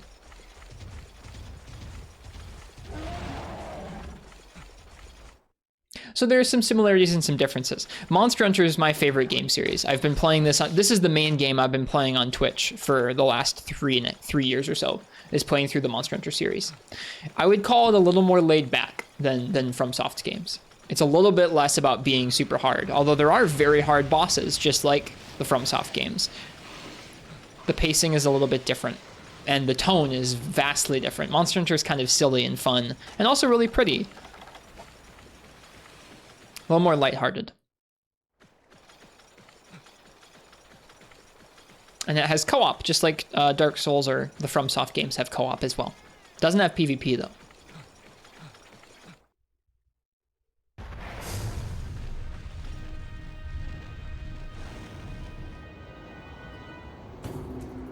Cursed. Cursed seeing him fly.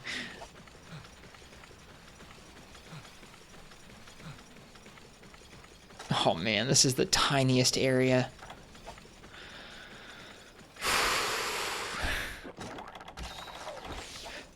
We've got this. It just means he can't run away as far. Oh, never mind. He didn't even touch down. He didn't even touch down. He can't decide where he wants to go. All right, here we go. This is better. We have Safety Rock, which I'm sure won't screw us over. I don't trust you. I don't trust you.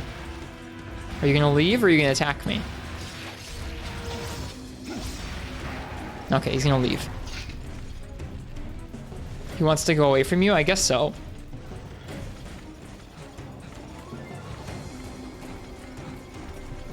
That's something I'm not used to anymore, is how the monsters limp away in this game. It's so different than the newer ones. They have some really weird, eccentric ways they run away from you when they're limping. Like, different monsters have different ways they do it, and it's really odd. You have to get used to it on like a map-to-map basis, almost. Yeah, this older entry, Free to Me Night, is not the most accessible Monster Hunter game, but there are some newer ones that are a lot more accessible, and they're really good.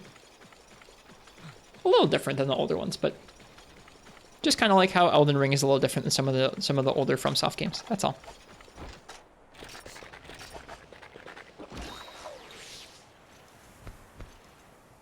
I would definitely recommend it though. If you like that sort of combat that you'll get in FromSoft games, you'll like this probably. It might just take a little bit getting used to.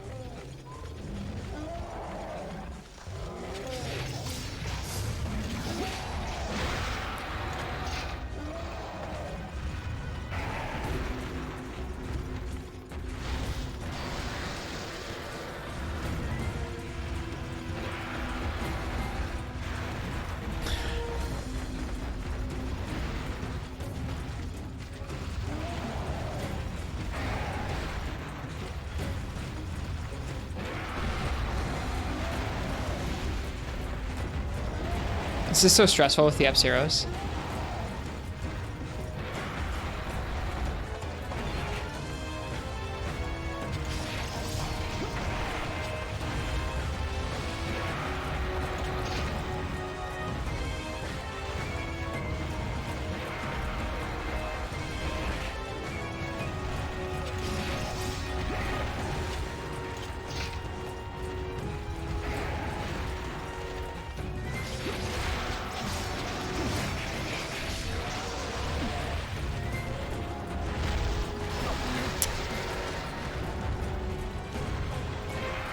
Oh, we're gonna carry that weight.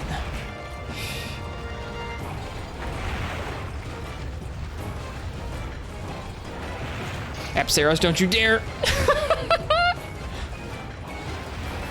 Hi, Game God. Yes, we're fighting the evil monster that is Tygrex.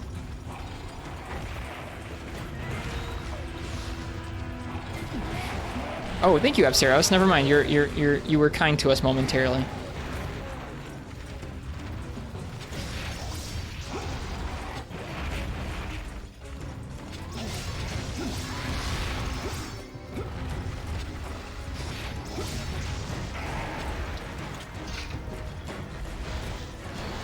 Any of y'all ever play The Last Guardian? I haven't. I've heard good things about that game, I think.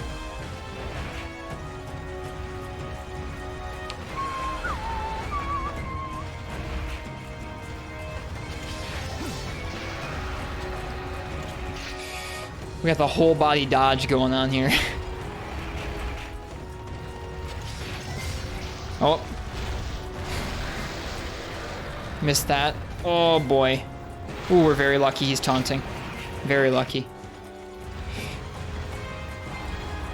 As we get to the end of this 30-minute low rank village, or 30-minute last, down to the last few healing items hunt, I'd like to remind you all that this is low rank village.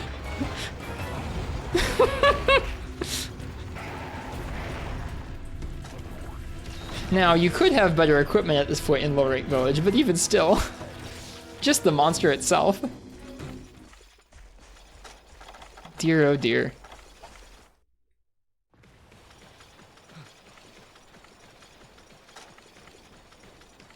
Yeah, I think it is from Team Eco.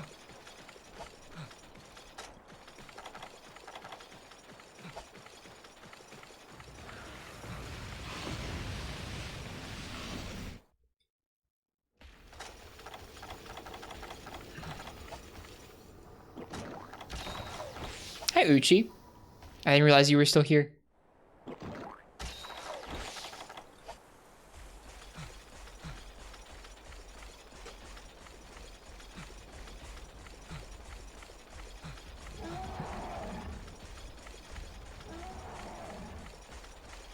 Yeah, Xyluval, I know that team has made some really special games. I'd like to play those games someday. I've heard really good things, really special things about the games that Team Eco has made.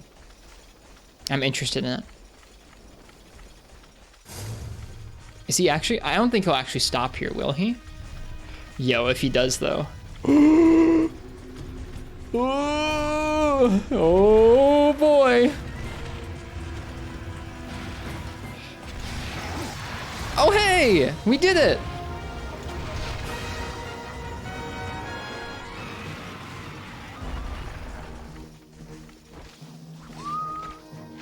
It has no iframes.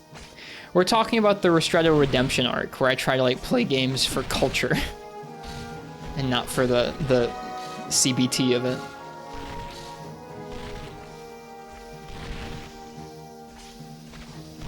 Oh my god, look at all these Vespoid. Holy crap.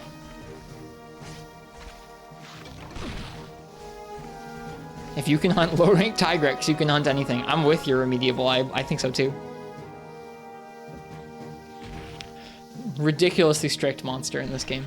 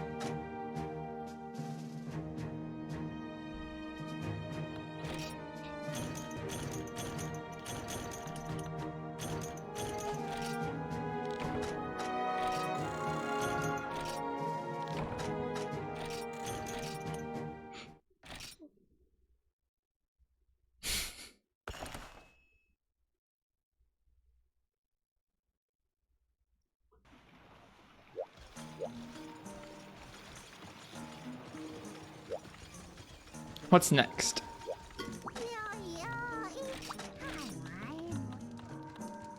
5 Shakalakas, okay. Anything else? And Chameleos.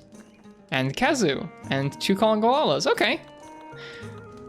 I don't feel like doing Shakalakas. Why don't we do Kazu? Why don't we do Kazu with Lance?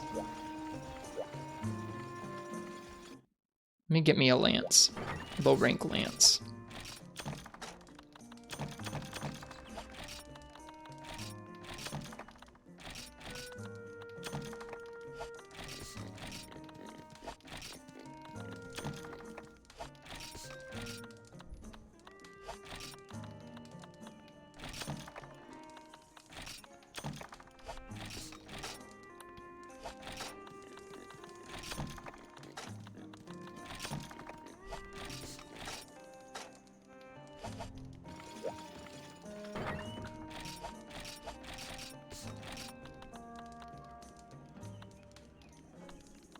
We have a few low rank lances.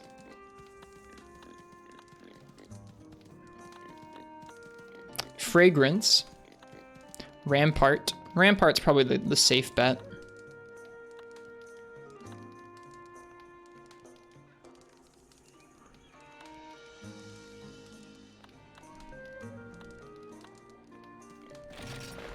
But like, how often do you really get to use the low rank lullaby sphere?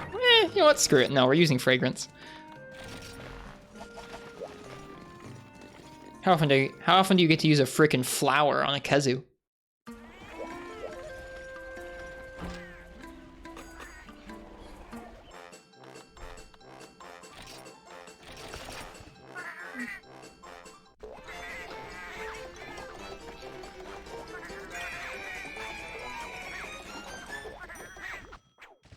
Screw you, health down.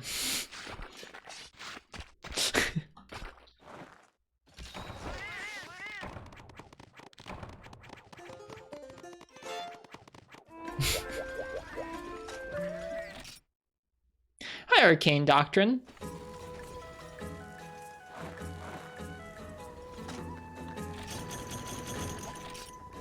Free Midnight, yep.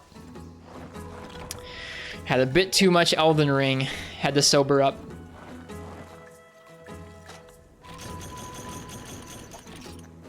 That's a pretty flower, thank you.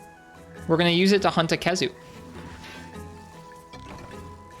We're on one of my old files, one of my old characters here, and we're using some low rank gear to finish some low rank village quests I never cleared.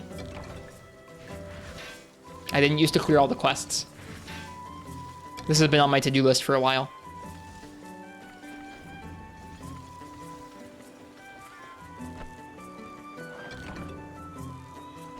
My nebulous Monster Hunter to-do list. That would be a terrifying to-do list for me to actually write out.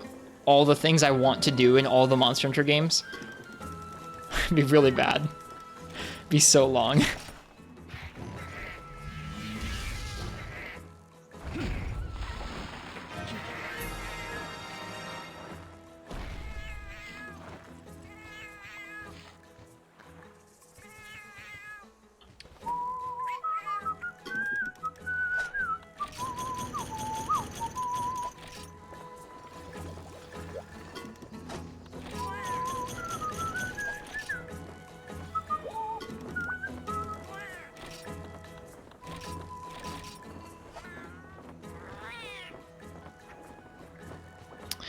By the way, if there's anybody here right now who has been missing these kinds of Monster Hunter streams, we're going to be coming back to them eventually, sooner or later, we'll see. But if you need some people to watch, in the meantime,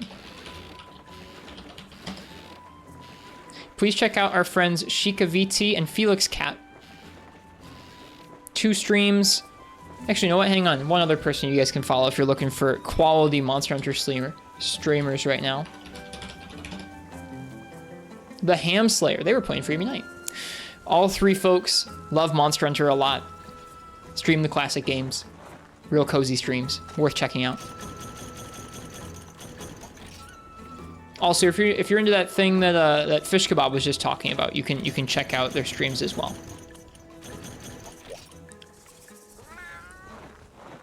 Is Ham on right now? Oh, cool. Good for them. We may end up raiding them. Cheers, Xylabel. Have a good night. Thanks for hanging out. Sheikah's actually been doing less Monster Hunter recently. That's okay. You don't have to just do Monster Hunter. I like their Monster Hunter streams, though.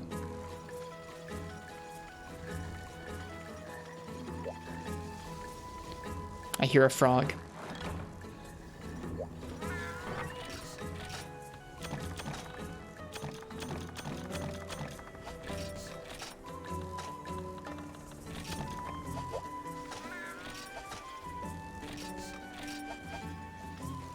Can you make a channel point redeem where you can choose a quest? Nope, just for birthdays. At least for now. I'm thinking about ways where chat gets to control the stream a little bit more some nights of the month. But we'll see when that ends up happening or taking shape. I'm thinking about it, though.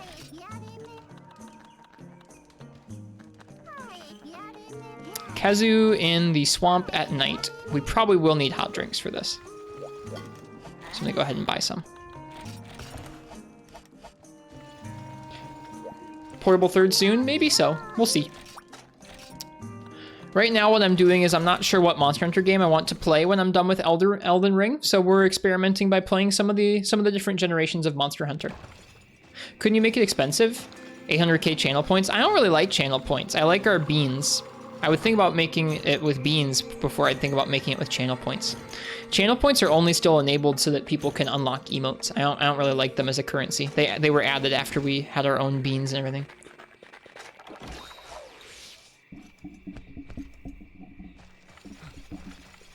The defaults for channel points are also just like horrendous. Like the default things that they let people do in chat and like the default redeems for them, just bad.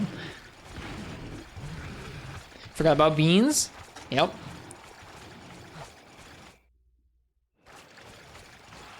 I guess I can talk a little bit about it.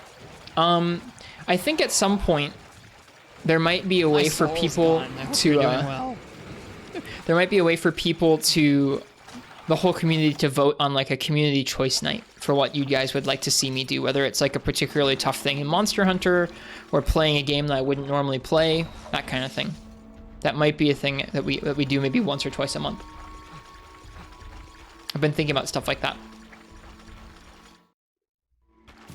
Did the soul reading register? Yes, it was just quiet. What is this? Why? Why is he so small?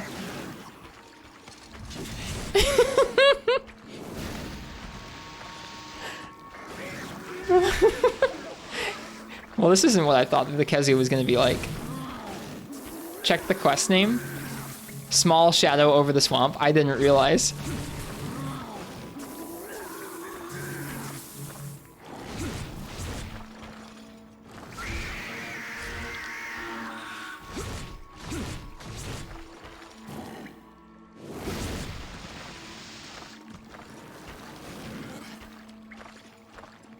Also, about to head to bed. Before I just wanted to give you some food for thought on the Malenia matter. Sure.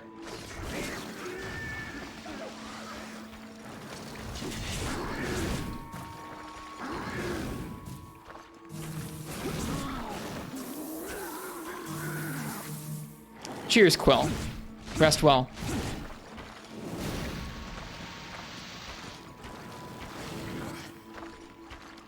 So little.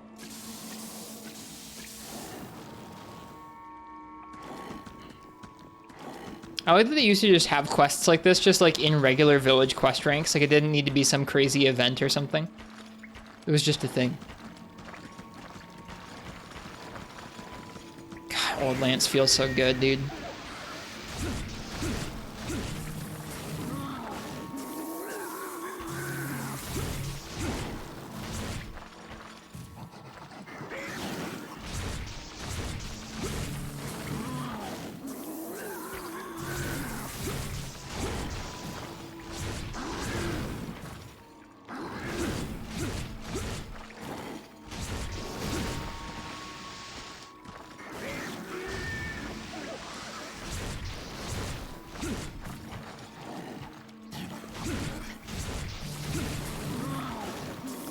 This genuinely feels like cheating. My lance is so much longer than he is.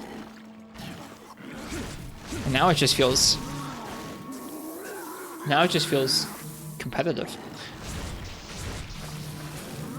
Souls games have super bosses, usually just one each. These are usually the hardest bosses in their game. At the time, DLC not counting, are always optional and are always accessible before the final boss.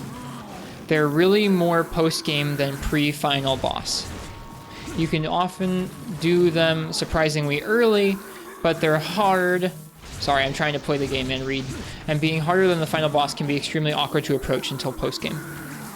Okay.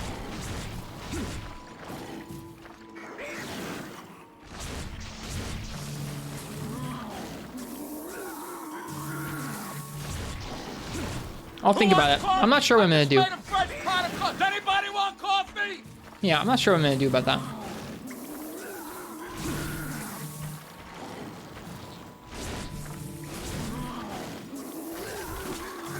But I appreciate your food for thought. Meat.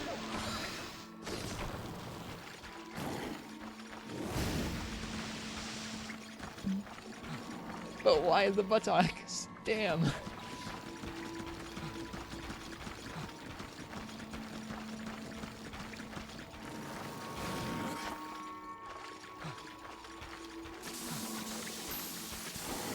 This is kind of a fun quest. We're getting to poke a tiny Kezu with a flower.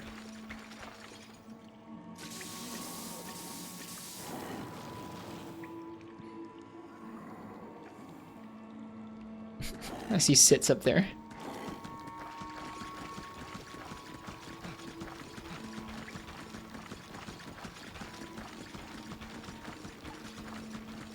I think Kezu was one of my first walls in this game. It's hard for me to remember.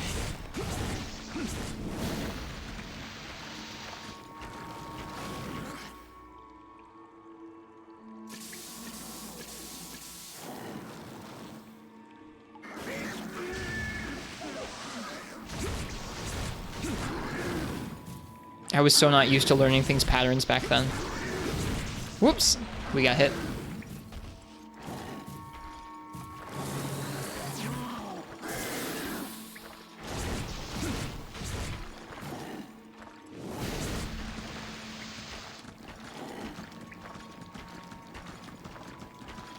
Maybe so, Vio. Maybe so.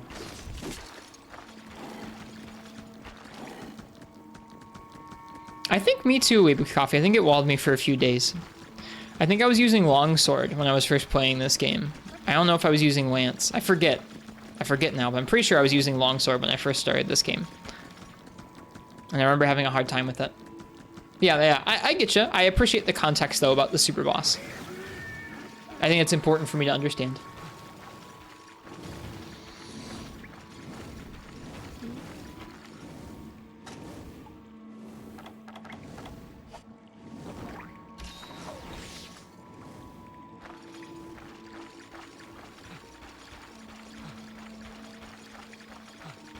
Opting to main dual blades. Oh man, dual blades versus Kezu.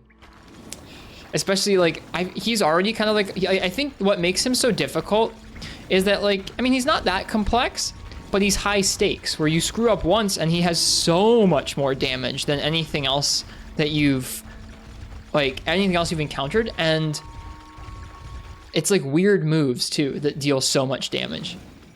Not like the bite, not like the tail whip, but like the beam or the weird jumps that he jumps at you with. And they deal so much damage, it's crazy.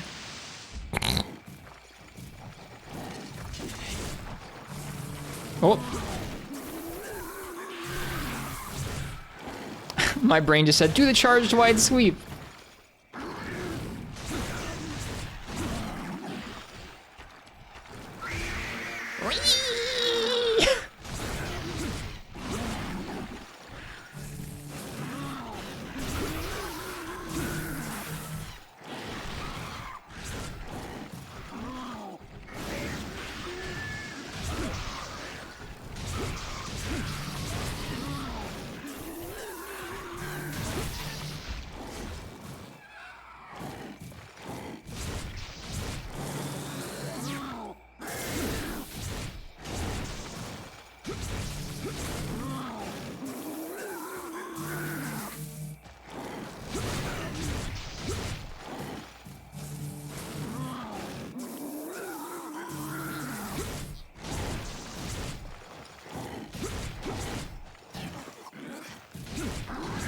Whoop, that tail whip.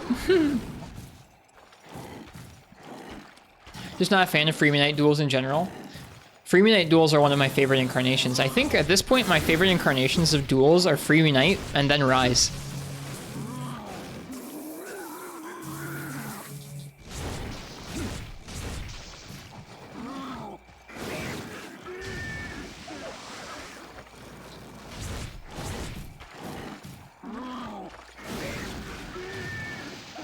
Freeman Knight duels are really weird though.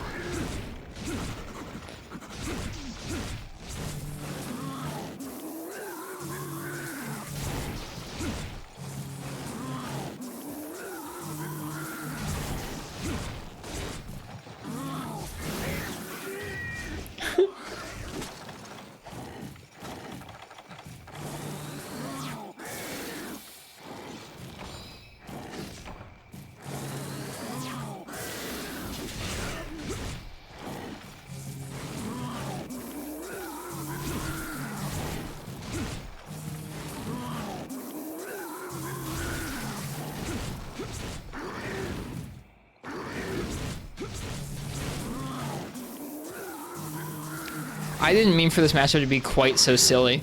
With a small Kezu, you can basically really safely outrange him and his options. Like, when it's going to be really difficult for us to get hit by that AoE. Regular Kezu, you have to be at least a little bit careful.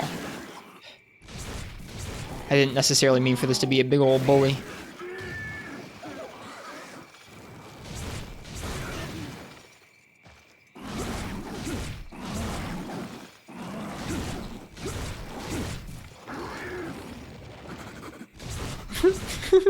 That little sniff.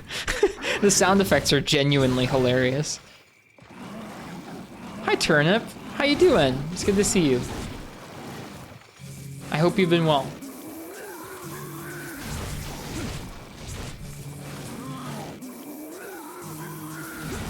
Oh, I spoke too soon. We actually got hit by that.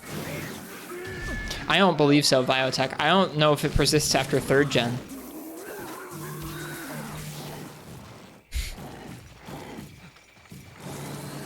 Holding up, have you been?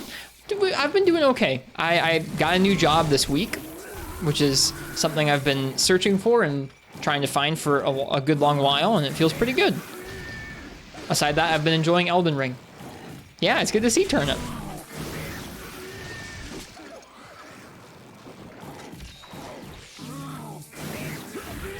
Ah!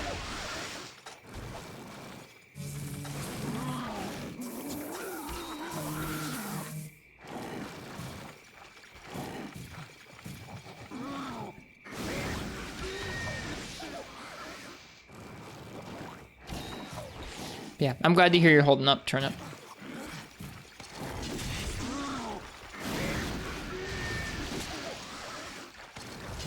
Sorry you've been avoiding Elden Ring. No need to apologize. I understand a lot of folks are busy, or a lot of folks just want to play that game for themselves at some point. It's a really excellent game. It's been refreshing to play something new that like is a similar thing to Monster Hunter, but takes it in a very different direction. I never thought I would enjoy myself that much with one of the FromSoft games. So I'm very surprised about it. Thank you, Vio. Cheers.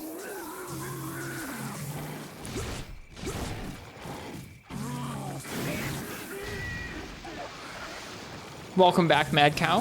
How was GU?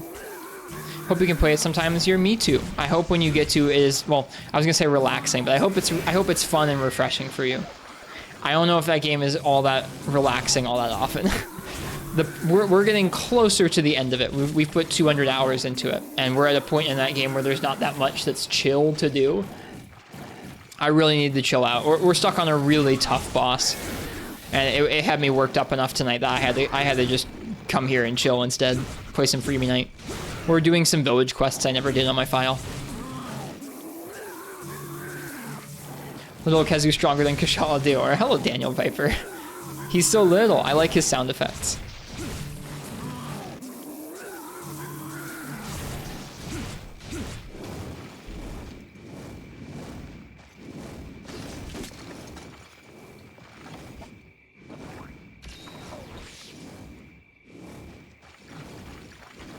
Stuff being, you know, tough, so it's for some time later. Yeah, I can understand not being able to do that right now. Hello, Kajin. It's Monster Hunter? Yes, it is. Yep. We've been playing Elden Ring recently, but this series is our home. It's nice to be home. Okay, it doesn't sound like he stopped here. Let's check. We're just gonna keep following the caves for now. Hey, thank you, Bio. Thank you very much for many months of subs. It's appreciated. I hope you're enjoying the stream and the emotes and such. Cheers.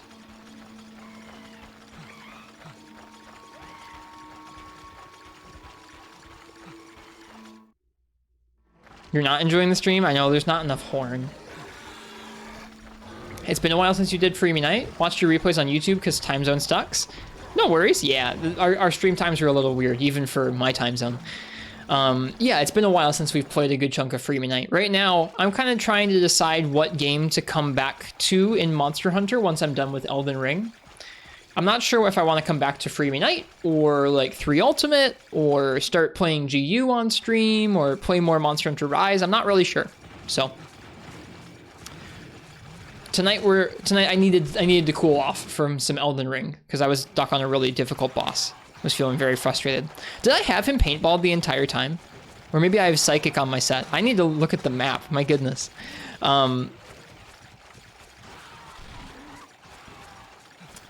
But yeah, tonight we're just doing some Free Unite. Can't go back to the older Monster Hunters after all the quality of life changes. I get it. Some of those things can be pretty tough. I think the gameplay itself is different enough between the different entries that I enjoy certain things that are just in the older games. Like, there are certain types of difficulty in this game, usually ones based around endurance and patience, that just don't quite exist the same in the newer games. And so I enjoy coming back here to play these monsters with a bit more, like, I don't know, a different tact to the difficulty, even if it does mean giving up a bunch of the quality of life. But I don't fault folks who are just like, yeah, no, I can't stand all the curmudgeon-y quality of life. You haven't played through GU? Generations was my first Monster Hunter game, but I never finished it, and I didn't play through much of GU either, so no. I have not played much of it. Really miss the older monsters. A Cantor come back? Dude, a Cantor you can Eucanlos and a new Monster Hunter would be so freaking hype. Remember the Free Unite VOD where I just read the items with long abbreviated names? There's a lot of them in this game. I don't think I have any of them in my inventory right now. No. But there are some ridiculous material names in this game that have abbreviations that make no sense. Heavy Silver Rathalos Tail, or no, Heavy Leather Silver Rathalos Tail is one of the weirdest ones. Or Leather Heavy Silver Rathalos Tail, it's something ridiculous like that. Leather Silver Rathalos Tail. Ran into a dude who homebrewed a switch with aerial style with 3 hunter arts, speed hack, and infinite hunter art charges. What was his, did he have a fun name at least? I feel like if you're gonna do that, you gotta have like a fun name.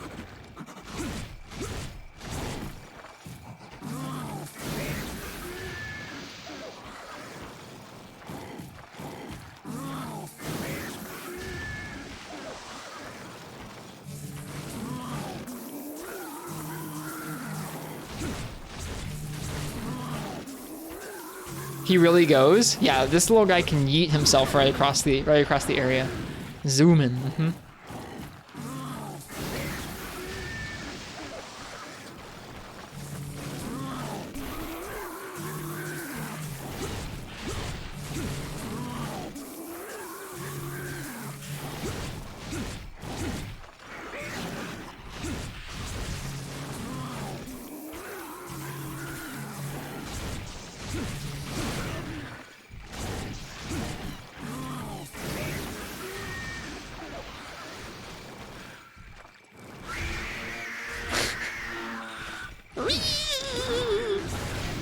He cannot join event quests. He was probably on 3DS then. I know people who play on the 3DS can English patch double cross, and it's probably a lot easier to homebrew that sort of thing into a 3DS than on Switch. The only thing about that is that because they're playing from double cross, if they try and join North American event quests, their 3DS will soft lock. It's neat that you can do that though, that you can cross play with North American Switch players even from a 3DS. Probably means you can play for free without NSO as well, which is pretty hype. The reason that works is there was crossplay, or I guess part of the reason that works is there was crossplay between the Japanese versions of Double Cross on 3DS and Switch. That's what they meant by crossplay? Yep, that's what they meant by crossplay. It's neat that you can do that. I need to set up my 3DS like that for at some point, before the files all become abandonware.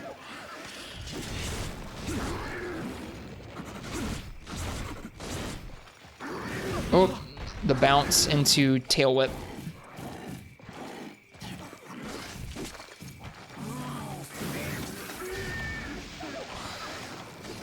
Whee! The Babble Bandit.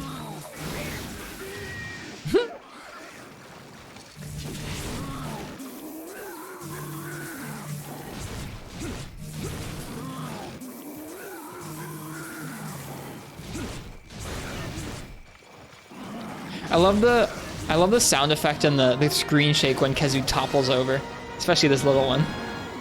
Well, that was a tiny Khezu with Lance. We didn't expect small.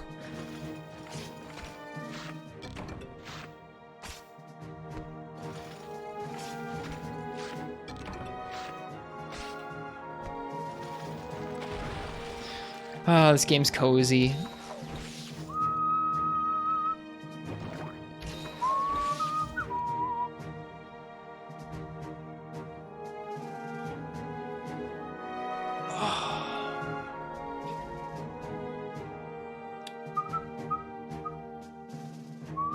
Is that, I haven't played enough GU to know if that's like really out of the ordinary or not, Mad Cow Disorder.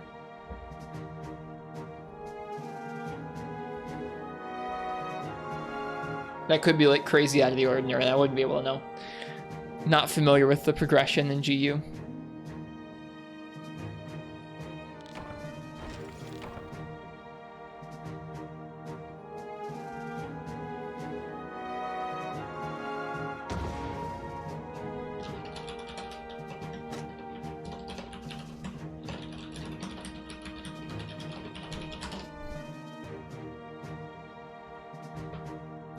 That's normal. Gotcha. Well, cool. Good on him.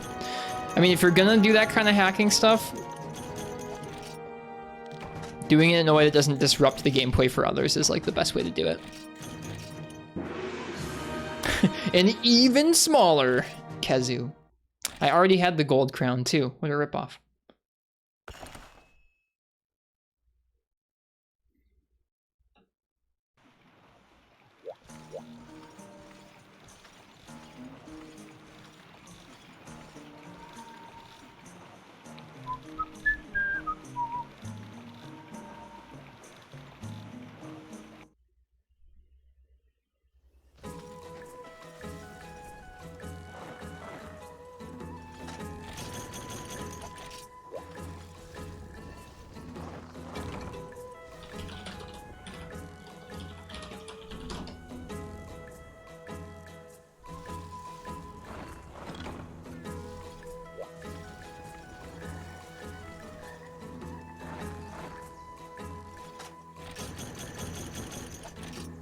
Okay, let's see. Are we gonna do any more tonight? It's almost 3 in the morning for me.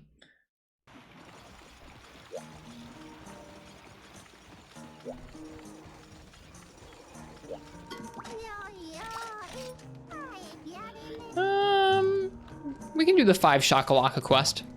We'll do that quest before we end.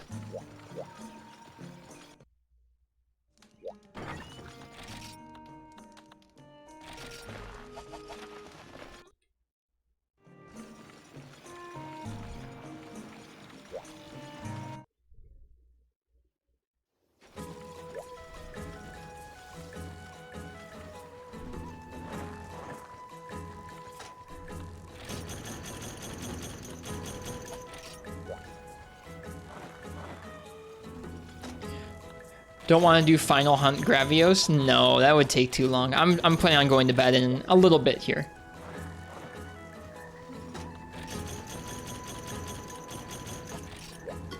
I have some work in the morning, which feels nice. My job, I was working at a cafe, and the cafe decided to move locations, but they were pretty slow about getting organized for it, and so I've been kind of sitting around at home, not really working much for the last month, so having a job is pretty pog. It's pretty nice. I'm grateful I have something to do tomorrow.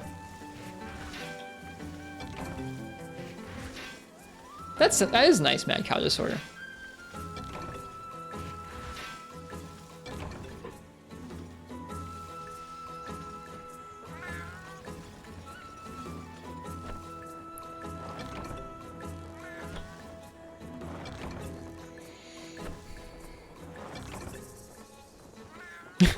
Retard craps.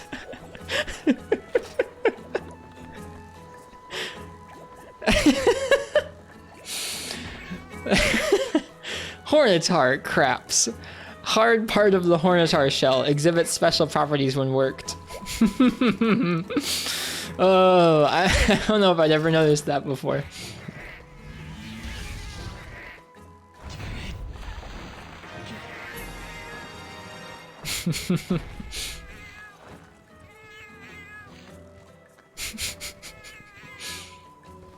Got a Charizard, Funko Pop, 2 Gacha Monster Hunter figures, Kezu, Somnicanth, and 2 pieces of Magna. That's sick. An Among Us Squish plushie, a Magnamalo amiibo, a Monster Hunter Y Switch Pro Controller, and Pokemon Legends Arceus. Dude, that's a sick care package. You have great friends. That's awesome. Well, congrats.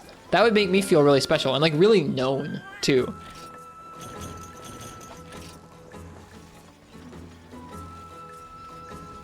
Friends from high school? Well, that's really sick. That's awesome.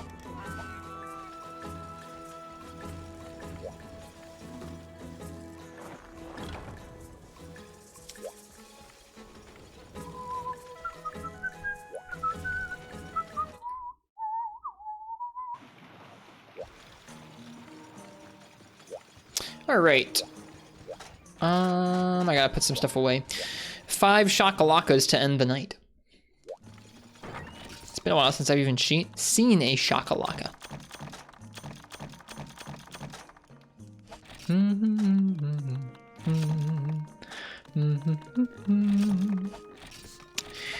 Maybe what we'll actually end with is we might end with reading some Hunter's Life magazine. We'll have to take a look. Freedom 1 had really nice in-universe descriptions of mechanics, which was super cool. I haven't read Hunter's Life magazine in this game. I wonder if it's as flavorful as that.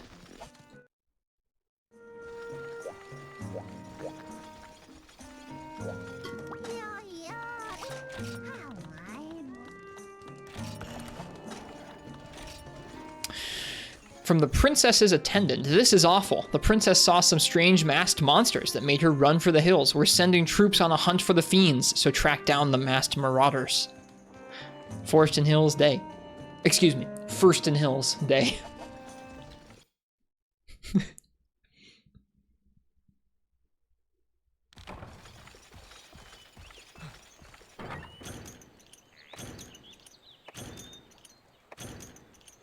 Played Platinum throughout your childhood and guessing I wasn't feeling the nostalgia trip and getting the remake. I think the art, like, I played Platinum too. I played Pokemon Red a lot before that, but Pokemon Platinum was the first Pokemon game that was like mine on my own console that I got to play like all the way through. And that art style for the remake, I mean, I've been over Pokemon games for a little bit now where I've bought several of them and just kind of been like, I'm not into these anymore. But that art style is, it wasn't speaking to me.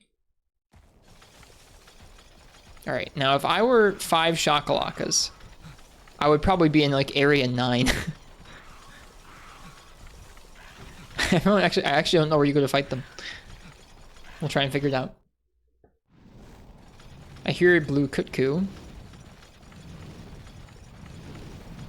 I'm gonna start in area 9 and we'll go from there.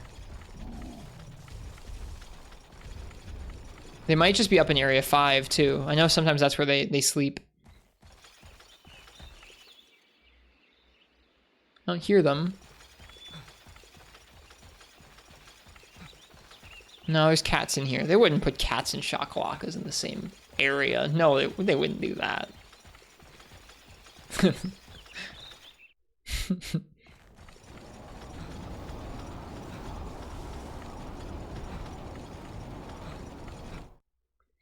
Man, I really like the sound design of these older games.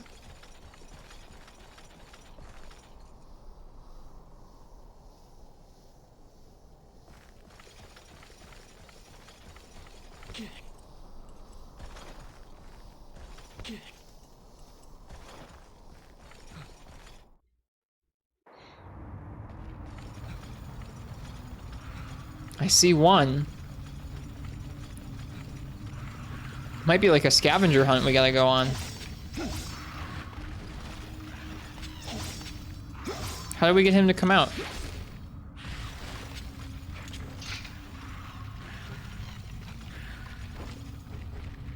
What the heck?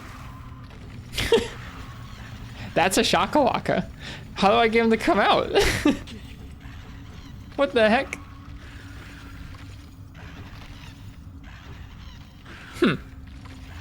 Okay. This quest is scuffed. Do you have to like do them in order or something? Shaka scavenger hunt, I guess. Is that one down there or is that a moss vine? That's just a moss vine. All right.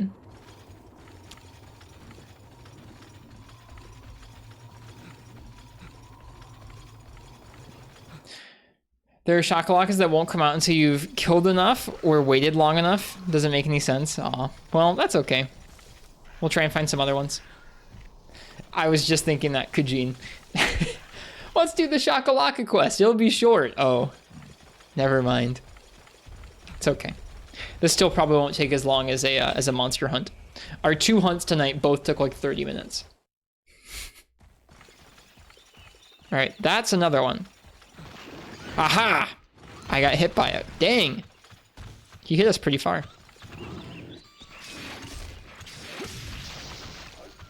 Oh, I hear him coming. Oh, he coming.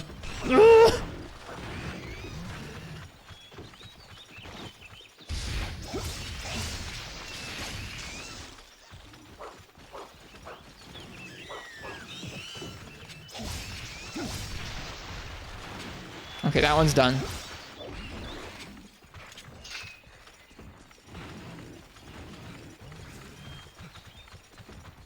All right, is there another one in this area?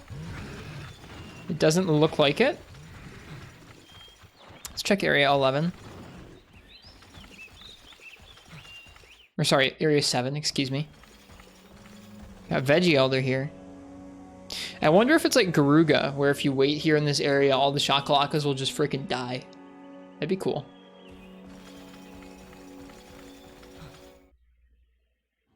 I still can't believe that works.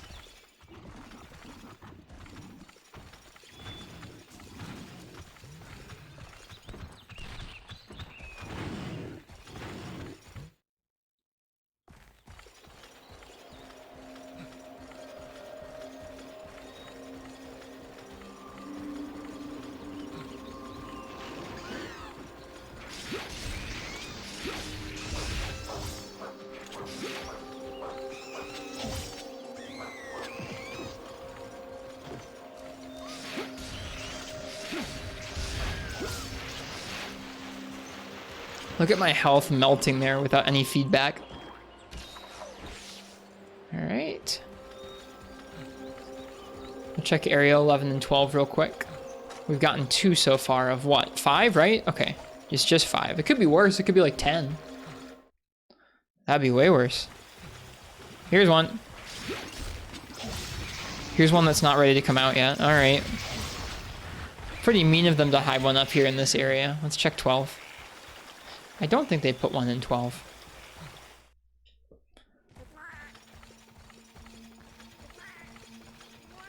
Yeah. Music reminds me of Bionicle. That's weird. I hadn't killed any more of them before this guy.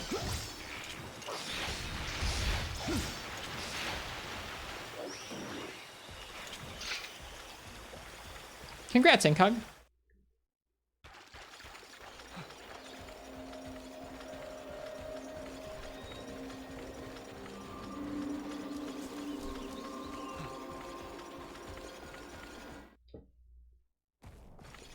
Okay.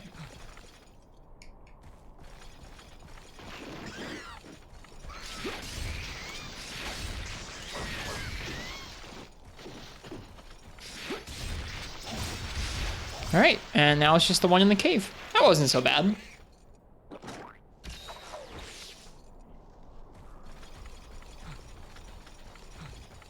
Yep, that wasn't so bad. Just a little jaunt around the forest and hills. You had to split bonus DLC into 7 files because the checks are all over the place. Huh, wait, there's more than 5. What the heck? That's really weird too. This quest is odd.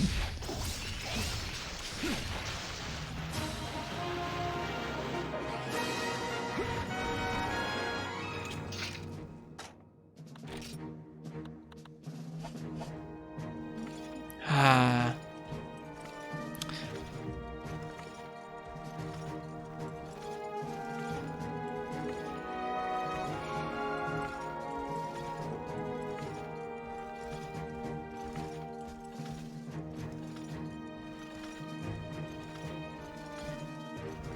Monster Hunter.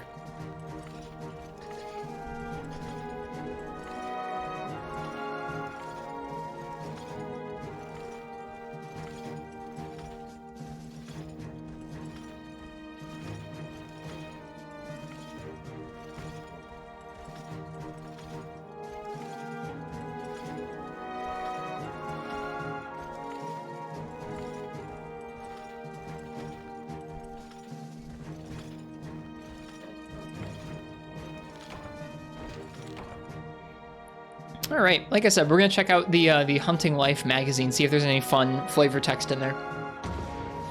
In Freedom 1, there was some really nice text. This quest gives you honey and a commendation and a Suiko jewel. That's a pretty cool quest.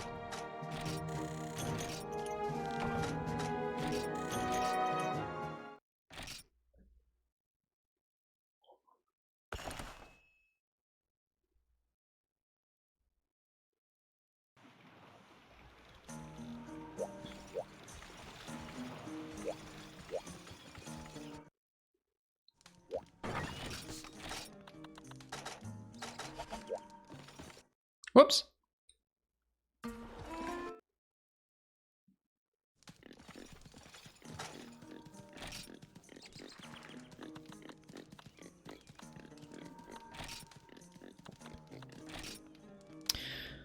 The truth of the Veggie Elders. You haven't happened to see the old Wyverian hermits living alone in the jungle, snowy mountains, or even the desert, have you?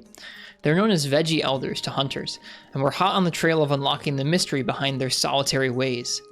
There's more than one Veggie Elder. They roam the lands of this world with walking sticks in hand, gathering veggies during their travels. In fact, Veggie Elders have been confirmed to be wandering the snowy mountains, jungle, desert, swamp, and forest and hills, although they've been sighted at other locales as well. Veggie Elders may seem different and unfathomable to us humans, but they possess a special trait that we can all understand. They treasure their items. Veggie Elders are also known to trade the treasured items in their possession for items that hunters carrying with them. Those who've actually met a Veggie Elder may already know this, but if a Veggie Elder sees an item that you have in your possession that piques his interest, he'll offer you a trade. The items a Veggie Elder requests can be varied, and the items you receive in return will be different depending on the Veggie Elder. For instance, if you bump into the Veggie Elder on the snowy mountains, he's often in possession of herbal items. According to reports, if you trade him a small monster bone, you may receive a hot drink, frog, or thawing agent in return. The Veggie Elder who inhabits the desert is said to often possess items made of ore, while the Veggie Elder in the jungle loves monster materials. We're still looking into what types of items the Veggie Elders of the swamp and forest and hills are prone to carry. It must be said that current knowledge seems to state that the item you receive from a Veggie Elder will be entirely at the whim of the Elder himself. Some reports have stated that instead of a hot drink, the Snowy Mountain Veggie Elder has given hot meat in return for small monster bones. Of course, we investigated this claim, but we cannot seem to find a rhyme or reason as to why you would receive one item or another. It seems to be entirely up to the whim of the Veggie Elder at the time you talk to him, or maybe how much you rub Poogie. You never know. The Veggie Elder's whims are not entirely one-sided, as a good item might tempt him to be more generous. It also seems that a Veggie Elder will take a Wyvern egg or sootstone ore if you're carrying it. However, since these are account items, that can command a high price, you should consider your current situation, i.e. if camp is a long way off or difficult to reach, before deciding to make a trade. The Veggie Elders are a group notoriously hard to please. When we began work on this article, we tried to gather data on their actions via an interview. As to be expected, the Veggie Elders were only interested in our items and became quite irritable at our persistent questions, making it impossible to continue the conversation. Hunters are well acquainted with the Veggie Elder's fickle personalities, and they have no choice but to give up if a Veggie Elder throws one of his tantrums. Rumor has it that the guild has issued an item called the Veggie Elder Ticket. It's said that this ticket is given to those who embark on quests with their friends. If you give this to a Veggie Elder, you may be able to get an excellent item. The guild refused to comment when contacted about this matter. We are still currently investigating the relationship between the guild and the Veggie Elders. Note: this article was previously scheduled to be an interview with a Veggie Elder. However, plans were changed due to unforeseen circumstances. We apologize for the inconvenience. It's cute.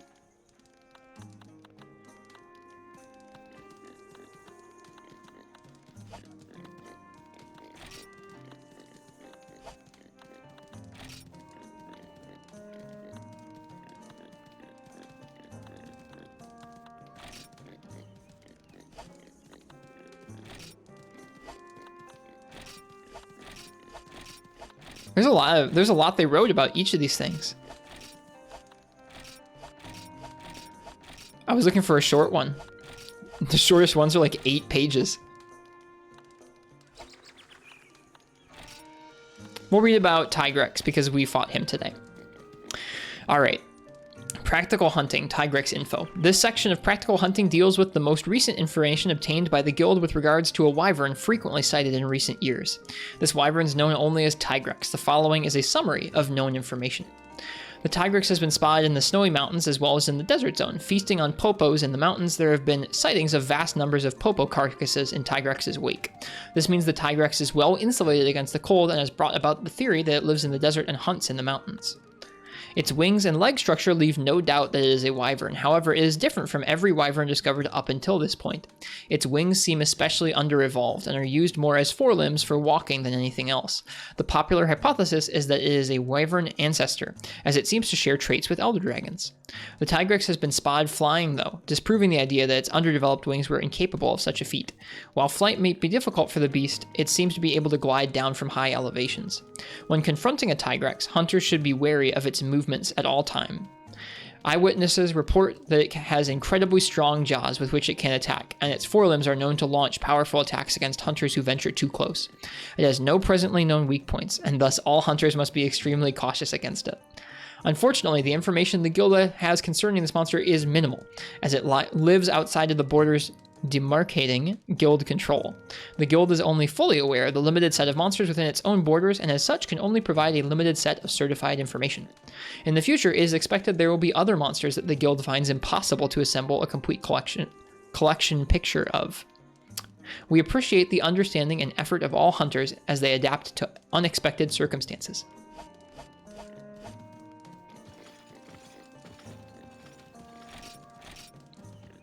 And that with that little bit of flavor text, we're going to call the stream there. I hope you guys enjoyed the Monster Hunter tonight. If it was anyone's first time here, I'm Ristretto. I usually stream lots of Monster Hunter on Twitch, but we've been taking a break to play some Elden Ring. We're probably going to be playing some more Elden Ring for a little while to come. We're stuck on a tough boss, but we've got a lot of stuff to do in that game still. We will be playing more Monster Hunter eventually, so feel free to leave a follow if you'd like to see when we're live. We do have a Discord and a YouTube and a Twitter you can check out as well if you want to see when we go live or watch VODs, that kind of thing. And then the last thing I'm going to do here before I get some rest is I'm going to find someone else who's streaming Monster Hunter, and we're going to give them a raid. So 1 second here. Let's see who else is on. Someone said that Hamslayer was on earlier. If Hamslayer's on, they are. Hey, someone else is streaming Monster Hunter Free Night from a Vita. What are the odds? We're going to go ahead and raid Hamslayer. Their stream is always a pretty great time, and they're a great hunter. So feel free and check out their stream. Give them a warm welcome. It'll be a nice time over there. Until tomorrow, I hope you guys have a nice night or a good day, whatever time it is where you guys are. Thanks for joining me for some Monster Hunter Freebie Night. It's really cozy to get to play some of this game most of the time. All right.